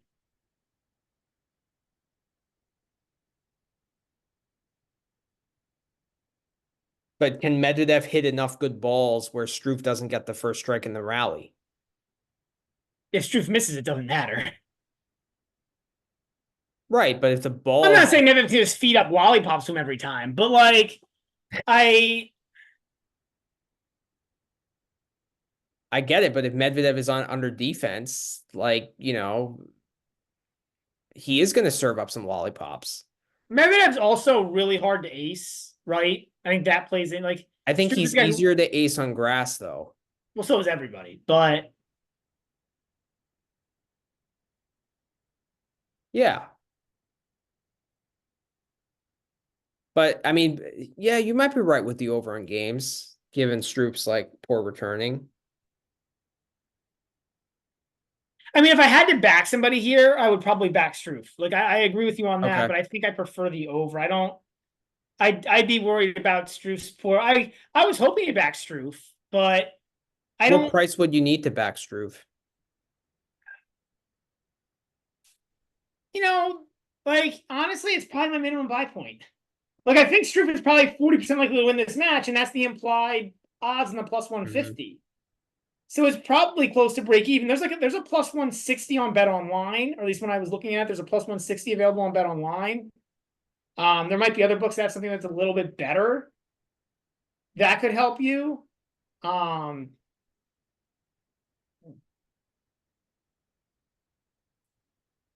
Maybe I it's kind of Struff like plus the a cent Struve. and a half at minus 130. I That like could be a that. play Yeah. there too. But I'll probably go the over games, man. Like Medvedev's, I think Medvedev's too mentally tough and too. I don't know, man. I I mean, don't think Struff he is. struggled to break Muller. I don't think Struff is consistent enough to win this 3-0. I would agree there, but I want to take like a 3-1 or -1.5 sets or something. Like I want to take something more aggressive because I feel like you could capitalize on high plus money here in some capacity. Yeah, it's an interesting take, right? Because like that's an interesting take because like if Struff's upside in this match, like this match might be on Struff's racket. It is. Like if Struff plays really well, there's probably not much Medvedev can do. It's an interesting idea. Um, Yeah, Medvedev's game is just mental toughness, just retrieving balls. And if that's not good enough early on, he has no real plan B, especially on grass. Like that's what I think really frustrates Medvedev on grass as well, is that he doesn't really have any ability to change tactics because the game happens so quickly. The balls come super quickly to him. So he Yeah. doesn't really have that ability to do that. And that's such a big part of his game. Yeah. Yeah, So I mean, look, I think anything's played. Like I think I don't love the money line, but I can see why you play it. Um, I I prefer either the Struff plus a set and a half at -130 or the over the 40.5. But I can understand your points on the wanting the big plus money thing. I mean, I think you make an argument here to play Struff minus a set and a half also that's what I'm probably going to do. at I'm the probably plus going to play. I'm 230. I going to think play it three that's ways. I'm going to play Stroop plus the set and a half. I'm going to play Stroop on the money line, and I'm going to play Stroop minus the one that's set minus the set and a half. yeah. I think I can see. I mean, I think I can see the argument for all of those. I think I don't think this line is that far off though. Like I think it's. I'll probably just stick to my original over 40.5. Maybe I'll put a Okay. half unit or something on the minus a set and a half for Struff, but I think it's or the plus a set and a half for Struff, and or maybe I mean I might Yeah. I don't know. Maybe I'll put a little bit of money on the minus a set and a half for Struff also. Yeah. But yeah, I hear you, and I'm definitely more pro Struff than pro Medvedev. Okay. All right. Next match is Alcaraz against Tiafoe. So Alcaraz is 6.5 game favorite, minus 1,800 on the money line. Tiafoe is plus 900. The over-under is 33.5. So my favorite line here is Tiafoe to win a set at plus 130. I think this is a really good spot for Tiafoe. I think it's a high energy spot, big match on center court where the energy is going to be up. He's the underdog for once, right? Where like people are not expecting him to win. I think that's an important component. I think he can like relax and, maybe like go after his shots without that added pressure. Because everyone's expecting Alcaraz to, just to brush him aside and win 3-0. But like we've also seen that Alcaraz, struggles to win these matches easily. Struggled with Lihal, could have easily lost a set there, could have easily lost the first set to Vukic. So I think plus money for Tiafoe to win a set here is good. And I'm probably gonna play it live. If Tiafoe wins the first set, I'm probably gonna then back Alcaraz on the game spread at that Do they point. have the exacta here? Mm,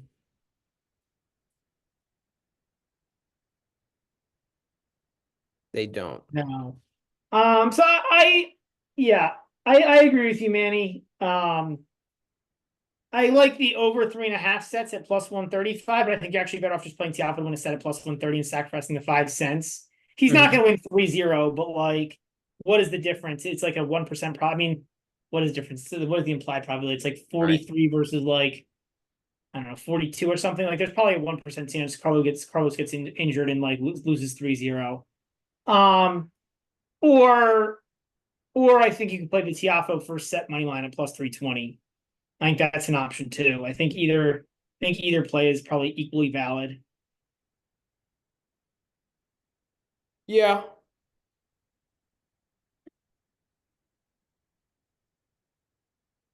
I was thinking the Alcaraz 3-1 is valid. You know what I mean? Like I think the Alcaraz 3-1 at like whatever plus 300 or whatever is valid. Man, no thanks, not a plus 230. No.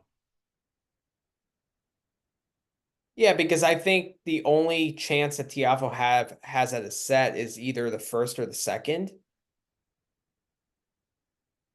Oh, Because like I disagree with that. I mean, I think Carlos can leak sets. Carlos can leak sets like at any time. Like it's just like he still leaks games where he just like plays like bad games, and just like leaks a bunch of errors. yeah, I guess I mean he did lose a third set to De Jong, right? So you might And be he right. lost the third set to Dan Evans at the US Open. That's true. That's true. I mean, Yeah, I think the plus 2.5 sets is the best way to go. But yeah. also, I think Tiafoe is going to get discouraged if he loses the first 2 sets. Like Tiafoe is Oh, not maybe a Evan. little bit. Like I that's why I said I think like if I truly thought that there was an equal chance of Tiafoe winning each of the 3 sets, then you'd want to play the plus 2.5 sets, right? Right. I think I think I slightly agree with you there. Is it enough to make me play the Tiafoe first set money line? I don't know. Maybe it's close, like is there a bet anywhere for 1-1 after 2 sets in one of the props? Probably not. No. Yeah. I kind of like Alcaraz to win in over 32.5 at even money. I mean, I don't know why you wouldn't just take Tiafoe to win a set at that point. Like, do you think it's gonna be like 7-5, 6-4, 6-4, 7-6, 6-3? Like, are there gonna be multiple ties? I just feel like there's better lines to take. I guess you're getting the first set or 3 competitive sets. Yeah, it certainly is interesting. What Yeah. is Alcaraz to win over 18.5 games? Is that available or is it 19 or 19.5? Oh, it's 19 19. and a half Screw it. minus Yeah, it's not 120. even exciting. Yeah. Yeah. Do you want to make the Tiafoe to win a set GBM? Yeah, let's do that. Yeah, I can Okay. do that. Sounds good. Yeah, I just think it's a good spot for him. Like this is I think it's a good spot for him to win a set. I don't know about the match. I think yeah, it's a no. good spot for him to win a set. I mean, you talk about Tiafoe's energy level all the time, and like obviously his energy is going to be pretty high tomorrow. I agree. Yeah, I don't think the energy level will be a concern here. Yeah. All right, Dimitrov against Monfils. Dimitrov is a 4.5 game favorite, minus 310 on the money line. Monfils is plus 250. The over/under is 39. Oh man, I'd love to back Dimitrov here, but I just can't coming off a five set match. And we talked about his like, quote unquote struggles in slams in the past. So I don't really want to back Dimitrov here, but I think he's the way better grass court player than Monfils. So I'm off of this. I can't really pinpoint a line to play here. I agree. Yeah, I mean, like I don't. I think it's style wise. I'm not sure who this is better for. I don't think Um, they've played since 2019. no, they haven't. I'm pretty sure. Style wise, I'm not sure who this is. This is probably a good matchup for Dimitrov because he'll get to attack most of the time. Like Monfils isn't going to attack for the entire match. He might attack in spurts, but he won't attack for the entire match. Um, The no tiebreak is interesting at plus 220. I kind of like that. that's probably where I'm going to go. Now that I'm looking at that, that price looks really good, man. A good price because neither guy's really a big server, right? Oh, Dimitrov I think does do a pretty good job of holding. Dimitrov's a pretty good True. attacking player. Um, That's true, but but Monfils is a pretty good is breakable. defender. Both guys are breakable though. Yeah. Um, yeah, I think the no tiebreak is an interesting look at plus 220. Other than that, I can't really see anything that I particularly love about this match. Yeah, I mean, another potential look here would be the under games. but it's a neutral 39. Yeah. I'll probably put a little bit of money on the no tiebreak, and that'll probably be it. Yeah, I agree. All right, and then the last match for tomorrow is Sinner against Kecmanovic. Sinner is a 7.5 game favorite, minus 3,300 on the money line. Kecmanovic is plus 12 to 1, and the over/under is 31. I feel like you're higher on Kecmanovic than I am. That being said, we talk about how tough it is to win these matches 3-0. And I kind of like Kecmanovic plus 2.5 sets at plus 185. Yeah, I mean, that's kind of what I was thinking too. I'm not gonna play this.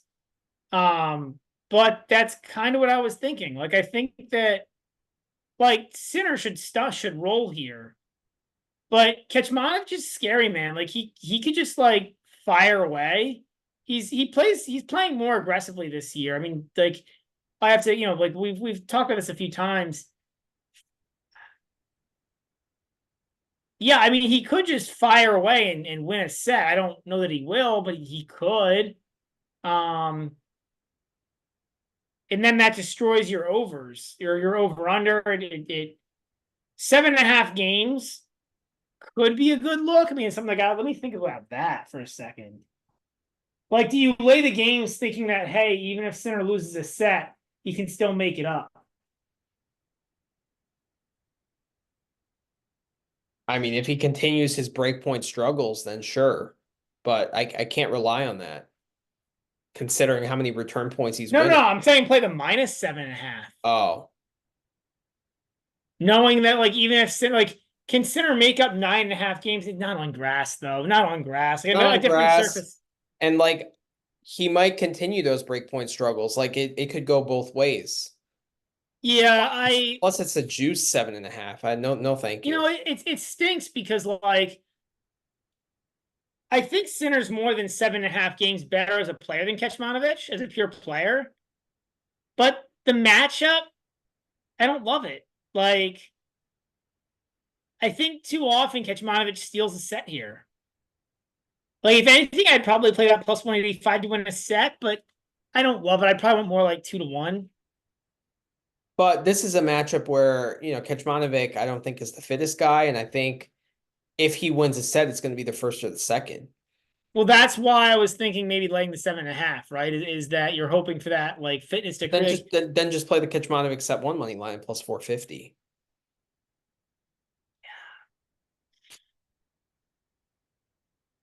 I think it's a decent look. I'm probably not going to bet it, but I think it's a decent look. Kecmanovic also went 5 sets with Greek Sport today. No, that was that I think that finished yesterday. Did it? He had the Okay. full day off, I believe. Okay. Yeah, you're right. He did. He did. Yeah. Yeah, I don't know. This is tough. I mean, it's funny that Bovada has Kecmanovic to win a set at plus 185, but then Sinner to win and both Oh, ways. I know. Like the lines make no sense Like, here. There must have been money that came for Sinner. The money must have come for Sinner. I mean, if more money, if it gets pushed out so we bid on Kecmanovic and he gets like 200 or 205 to win a set or 5-1 to win the first set, becomes a lot more interesting to me. I agree with you on that part, Manny. yeah, we're actually going to be at a sports book watching these matches tomorrow together. So maybe we can place a ticket live. Yeah, maybe we'll see. Yeah, yeah. See who I don't know who operates Wind Creek's book. It might be Superbook. Okay. I don't know. Or maybe is it it's one of the obscure books. I don't remember, but I think that would be something fun. But like if Kecmanovic wins the first set 7-6 or something, then I think, that's a good time to play Sinner on the spread. Like I think it's a decent live betting match. Yeah. Yeah. All right, going on to Saturday's round 3 matches. So Popyrin against Djokovic. Djokovic is a minus 900 favorite. Poppy is plus 575. I mean, Djokovic struggled with Fernley today, especially in the third and the fourth set. I don't know,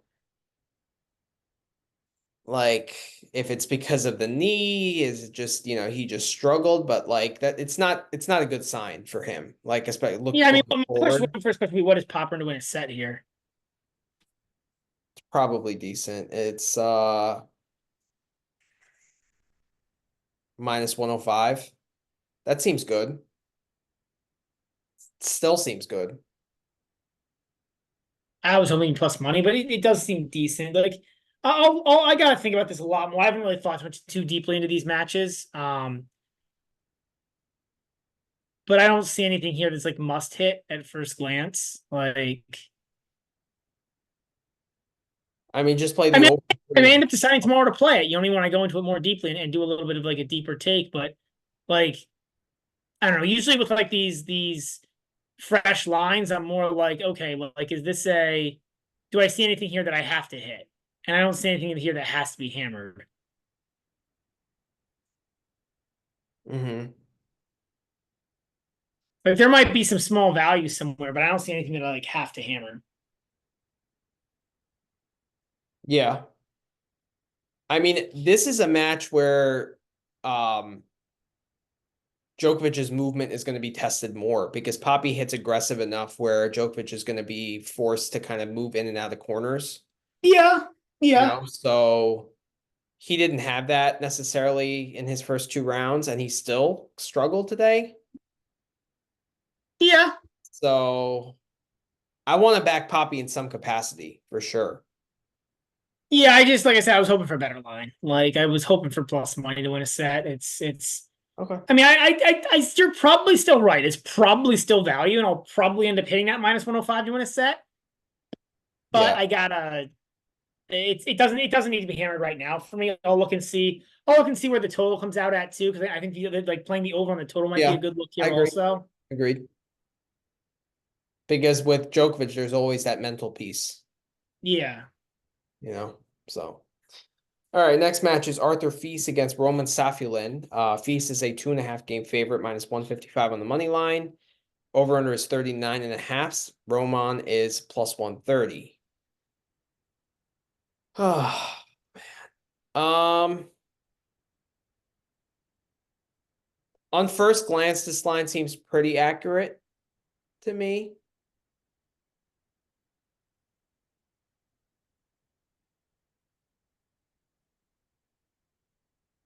I'm kind of leaning over 39.5. We didn't talk about the Huey retirement, and that was disappointing today. Yeah, it was disappointing. It's disappointing. I hope he can play the Olympics. Yeah. It didn't look good though. I mean, he actually tried to get up and keep playing and he couldn't. On match point, and it's like I don't think I think he really just couldn't play. Oh, he tried to play the 2 points before it and he couldn't, right? Right. Like, Yeah, it was sad. But he like dove for a ball, right? Like, and on first glance, it looked like he injured his arm, but it was actually yeah. his knee. It was a Yep. weird injury. But Yeah. yeah, I feel bad for all those players who played Feast plus the 4.5 games. Oh, I know. That sucks. That sucks. And there were some books that didn't even pay out for the over 40.5. Yep. Yep. It's just Which is crazy. ridiculous. Like if you're a sports book and you don't pay out for over 40 and a half when 42 games were physically played, Right. that's just ridiculous. Like you're just So scamming your ridiculous. customers. So ridiculous. Yeah. Um, you have a play here? I've got a theory. I've got to look at it, but I'm thinking maybe 5 sets. What's the price on 5 sets? Plus 250. Pretty good. That is my initial theory. I've got a theory that Roman plays a lot of 5 setters, but I'm not sure if it's true or not. So I gotta. I don't know. I need to think about this line a little bit more. Honestly, I didn't look at Saturday's matches yet. I mean, a lot of these lines are this line's been out for a while now, but Yeah, he played 5 yeah, versus Dolo. Nearly went 5 today against Mahawk. It was 4. At Roland Garros, he played 5 against Lajovic. In Australia this year, he went 5 against Griekspoor. Your argument might be right. At the U.S. Open last year, he went 5 with Paul. At Wimbledon last year, he went 5 with RBA, 4 with Shapo, and 4 with Sinner.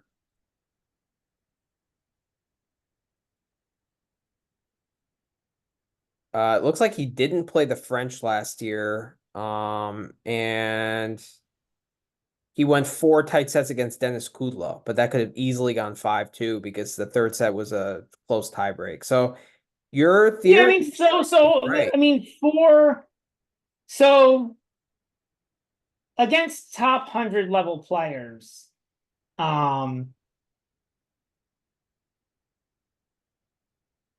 against guys ranked inside the top 100, which I think we could say Feast is clearly a top 100 player, even on grass or on any surface. He's Mm-hmm. played 8 matches on harder grass courts and slams in the last 2 years. I took out clay just because I don't think Saflin's a very good clay player, anyways. Yeah.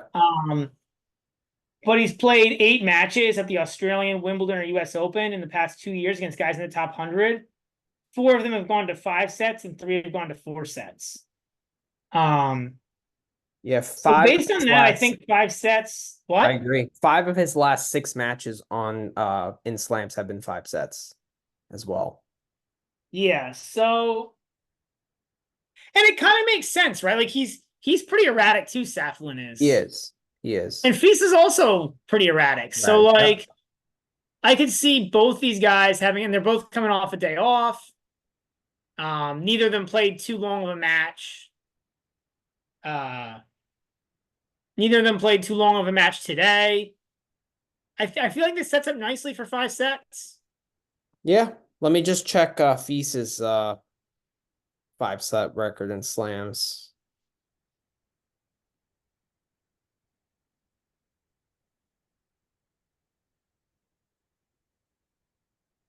Yeah, I mean Feast is going 4 or 5 against pretty much everyone. You could pretty much consider today's match with Hubie 5 sets. He went 4 with Stricker, 4 with Arnaldi, 4 with Griekspoor, 4 with Vesely, 5 with Arnaldi, 5 with Griekspoor. Those were all his slam matches since the US Open last year. So yeah, I mean, it's going at Yeah, and I least pulled the 4. same thing, right? So I pulled the same thing. US Open, Aussie, Wimbledon last 2 years. So really it's just since Wimbledon 2023. Yeah, I mean, 2 matches went 5, 1 went 4, 1 went 3, and then 1 was the retirement today against Hubie. Which could have, might have gone 5, but like, yeah, I think at plus 250, that's a really good price It's for a really 5 good sets. price. I agree. So I'm gonna hit Like that now. that. I think that's probably hittable right now. Yep. Yeah, I think by match time that's probably going to go down to like 220 or 210. It We can make could. we can make that GBM. All right, nice, nice. I'm on that. And I think it makes sense, right? Like both these guys, I feel like are pretty erratic. Mm-hmm. I don't know. I could see these guys exchanging sets. I agree.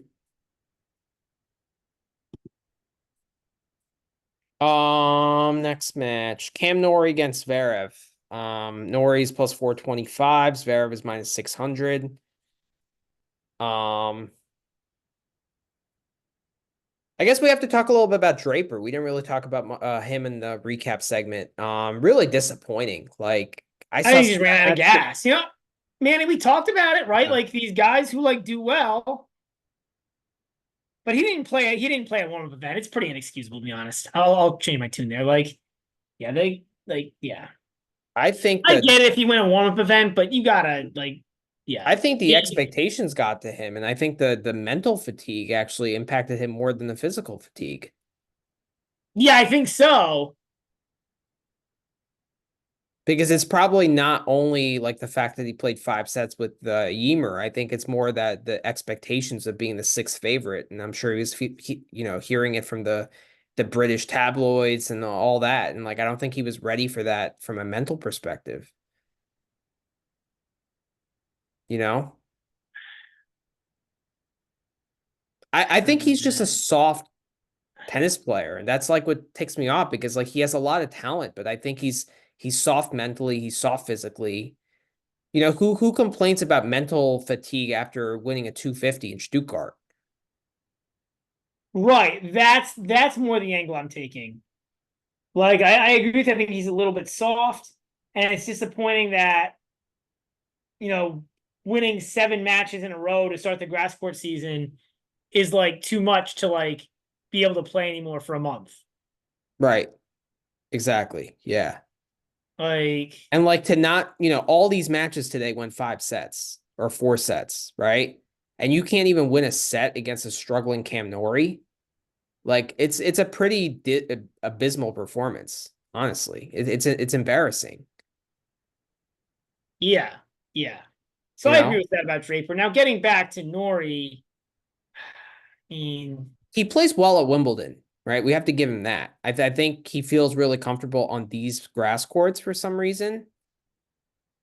He made the yeah, semis here I a couple can't see years myself. ago. I think this line makes a lot of sense. Like just thinking about what it looks like right now, I probably won't play it. And I'll have to see if it moves, what happens, yada yada. But If looking this at match this, happened last year, though, this line has corrected a lot. Like if we've this also match seen happened Norrie last not year, be good Zverev is now for probably a full not year. more than minus 200. Right. We've also seen Norrie not be good now for a full year, right? So we know Norrie's not, particularly great. I'm gonna play Um, the over 3.5 sets at minus 115. That's gonna be my play here. yeah, I'm probably gonna stay away. I think I don't trust Zverev to win 3-0. I also don't trust Norrie to win a set. So Okay. All right. Francisco, of course, Komasana, man, what a run. What a run. It's crazy. Him, Musetti, Pericard, or who's the other guy in that section is gonna make the a quarter? Um,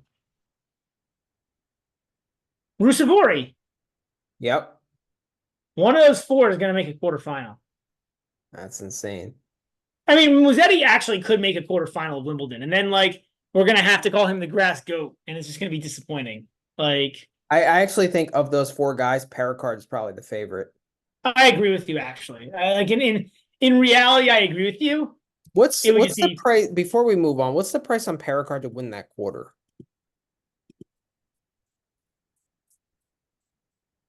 Oh, I don't think that's very good. it's not good. I was hoping for like 20 to 1. Yeah, me too. Yeah, I mean, I think 21 would have been insane. But I mean, it's amazing. Look how much higher price he's win that quarter over Tabilo. It's a good point. But Also, why is Tabilo still so low, man? the problem Like, is he come has to on. play Fritz and then Zverev most likely just Tabilo, to you're get to saying, that yeah, quarter. yeah, I mean, we have 50 to 1, so yeah. we'll just ride that. But yeah. Yeah. That's disappointing. I was hoping to get a better price on Pericard to win that quarter because like he can take the racket out of anyone's hand, you know? Yeah, yeah. Like he's live to win any match that he plays this tournament just because of how great that serve is and like He's also lied to lose any match because he can't. yeah, it's like a Hubie thing, But right? but Hughie's so much better on return. He's better, but Hubie's also live to go 5 sets with anyone though, you know? But so So with Pericard, right? but with Like Pericard, I feel the market is finally catching up with him, but like I feel like you could have gotten better prices with him, you know, like in Lyon 3 weeks ago, yeah, yeah, for know. sure, for sure. Um, but now it looks like they've adjusted, Yeah. unfortunately. All right, so back to this match, Komasana Musetti. I mean, I don't know, man. Like, I'm gonna back Musetti. I think this is the end of the road for Komasana. I agree, but look at where the line's at, though. Like, what do you want to back Musetti 3-0? Like, what are you going to back here? Yeah, that's a good point.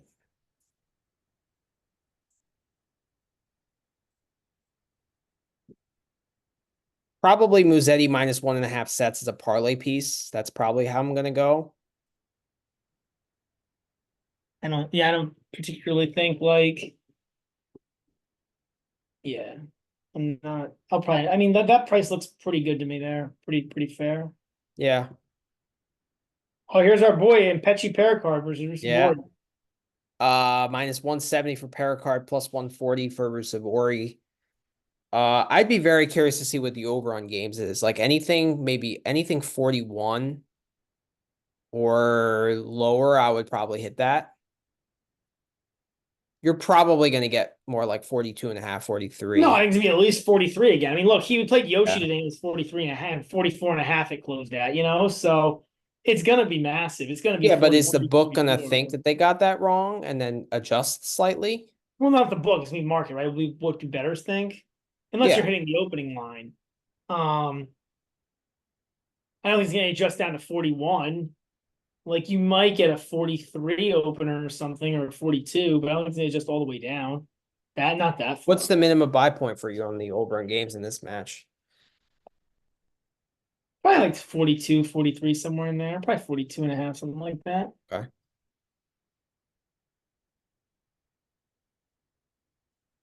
Um, but yeah, I don't. My initial thought is, I think actually, Fergus fought back Rusevori.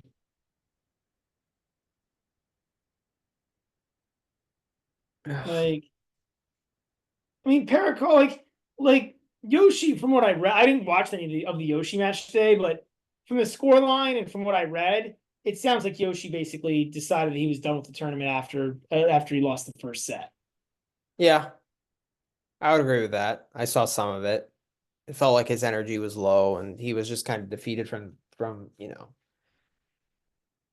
like, the first set, as he and I said. think Rusevori is better than like I don't really worry about form with Rusevori. Man, I think every match he's like,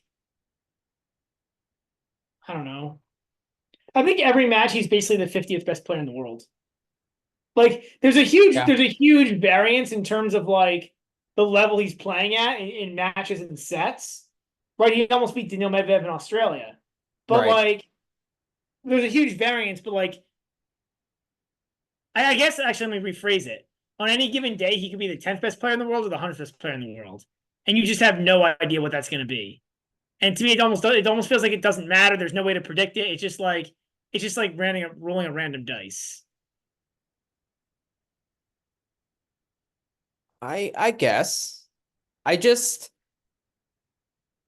can't back Rusevori here because I can't see him generating any breaks. And it's hard for me to back someone when I don't feel like they can break. Okay, like that is a fair point. Like, and I think that's why this line is where it is because like Rusevori is the much more like if you don't think either guy can actually generate a break and it's just going to come down to who gives away a service game, I guess I get your point. Rusevori is probably more likely to give away a service game than Paracard. Right, which is why I think the line is accurate. So I'm waiting for these totals and spreads to come out to see if there's something else I can attack. Yeah, you might be right. Like I think the four and a half sets is over four and a half But sets see, is that's the thing, right? If it's going to thing. be the overs, right? If it's going to be the overs and tie breaks and things like that, then automatically, like the plus money on the money line becomes a little bit better.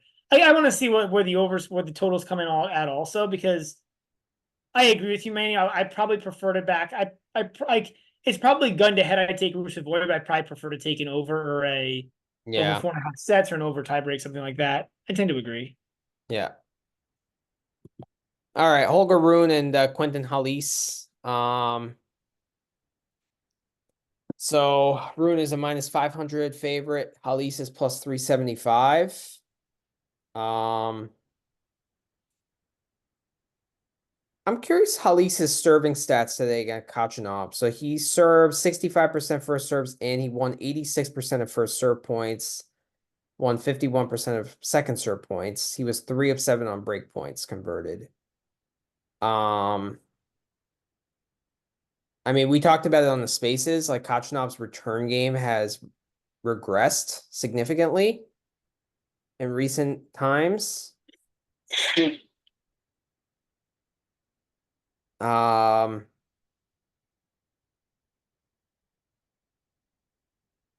Rune was 5 of 13 on break points. He won, yeah. I mean, he played pretty well today in the last three sets against Seaboth Welch. I mean, what's Holly's to win a set here? Minus 150. I think the over 3.5 sets at minus 125 is a really good look. I think Rune is live to lose a set. in pretty much any match he plays. I gotta think about it, but that's my first take. Is that I agree with you on that. That's my first. That's my like first initial look. Mhm. I yeah. Yeah. I'm curious to see what the price would be. Let me see if it's up. On Holly's plus 1.5 sets. Plus 180. Yeah. Could be interesting. I wanted plus 200 on that. I'll probably stick with the over 3.5. All right, and then two more matches: Luca Pouille and Alex de Minaur. Pouille is plus 850. De Minaur is minus 1600.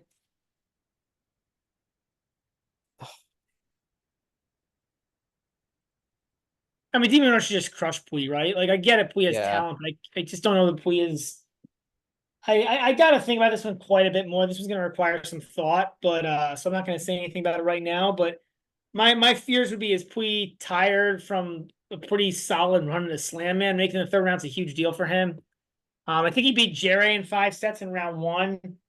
I can't remember how he yeah, but did. he only played 3 sets today, or 2.5 sets against Kokonakis. Oh, that's right. Kokonakis retired. He still is the way worse player, just as a tennis player. Demon was so much better.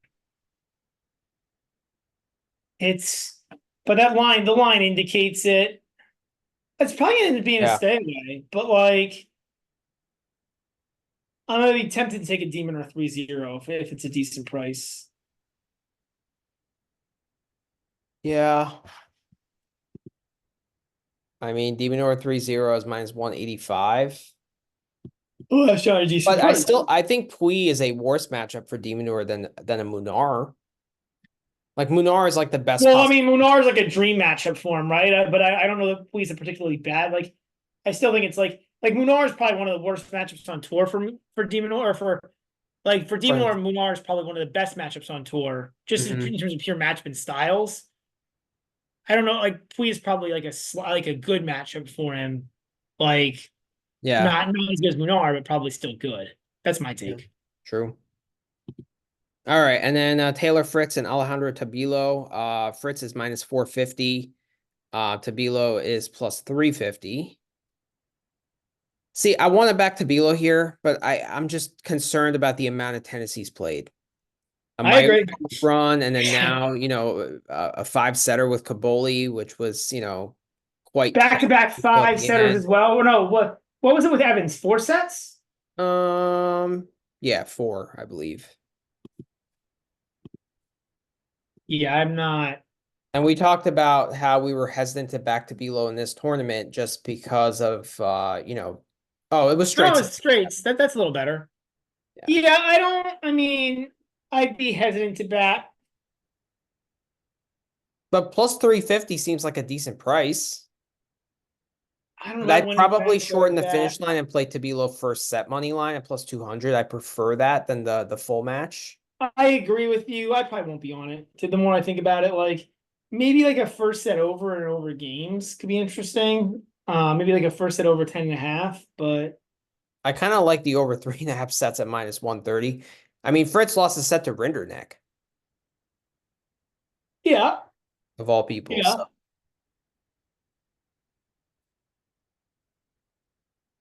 yeah, I mean, I'll think about it, but I don't at that price. I don't want to back Talon, And that's it. as we call him now, right? Yeah, During the grass court season, that's his name, Talon. yeah, yeah, Yeah, Claylor, Talon. yeah. Yep. I mean, Taylor Fritz is still worried about crowd support in a tournament a year and a half, like over a year ago. So Well, I don't think he's worried about crowd support anymore. He was back during that 2023 match. Rinderneck was just calling him out about like being worried about it like a year later. It was probably more on Rinderneck. But anyways, hilarious. going All through the right, so recap. recap of our plays. So Nakashima, Umber. Are we on anything there? I'm not on anything. What was I gonna play? I know that's Oh, I think I was going to be on the Ugo over 21.5. That was going to be my play. But, Ooh, ooh, ooh, ooh. huh? I might take. No, no, nah, No. no play. I think we're both on Fonini plus the set and a half. That's a Yep, GBM yeah, play. this is one of my favorite. This is one of my favorite plays of the day. Nice. Nice. Let's do that. Then Tommy Paul Bublik. I think we're both on the Paul and the set one, Yeah, but right? when And it's not then like a GBM play, it's just a one uniter and for then I'm me. on the no tiebreak at plus I'll one. probably put a half unit on that also. I agree with that. I think that makes a lot of sense.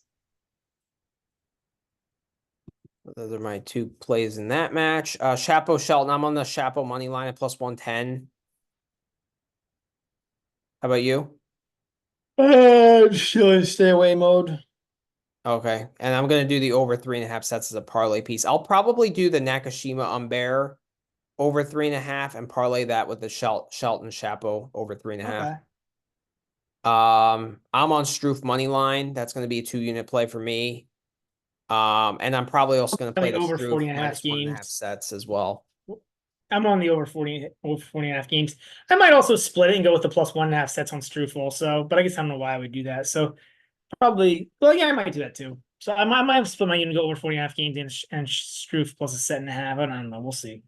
Okay. Alcaraz Tiafo, Yeah, for the win and set is another GBM play. GBM play. And then I'm on Dimitrov Monfils no tiebreak at plus 205, I think it Yeah, was. I'll probably play that for like half a unit also.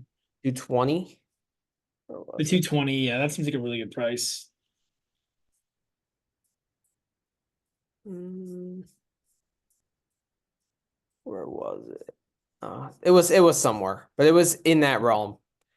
Yeah, it was 220. I remember. It was 220.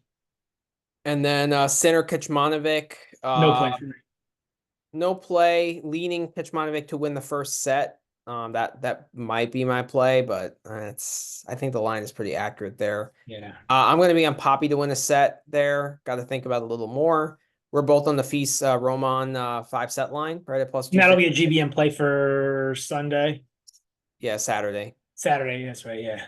I'll probably be on Nori Zverev over 3.5 as Yeah, I'll well. probably stay with that. Honestly, the rest of these lines look pretty good to me. The only thing I probably like here is Rusevori seems like a pretty good hit right now to me. Everything else to me is Okay. probably a no. But I'd like to see where these lines actually shake out and over-unders also. There's a lot that could get played here. Yeah, Musetti. I'll probably be on the minus 1.5 sets as a parlay piece. Paracard Rusevori. I mean, we'll see what that over under is. Probably minimum buy point is 42, I would say. So if we can like snatch up a 42 or 42.5, I think you still have to go over in that spot. Um, I'm definitely going to be on Hollis in some capacity against Holger, probably to win a set. Demonor Pui. I mean, that's it's a crazy line, but yeah, I tend to agree with you there. And then Tabilo, I'll probably play him first set money line at plus 200 on first Yeah. glance, but I think about it. So, all right, everyone. So enjoy the third round. Best of luck on your bets, and Yep. we'll meet again soon. All right. Yep. Thanks, everyone. Have a good night.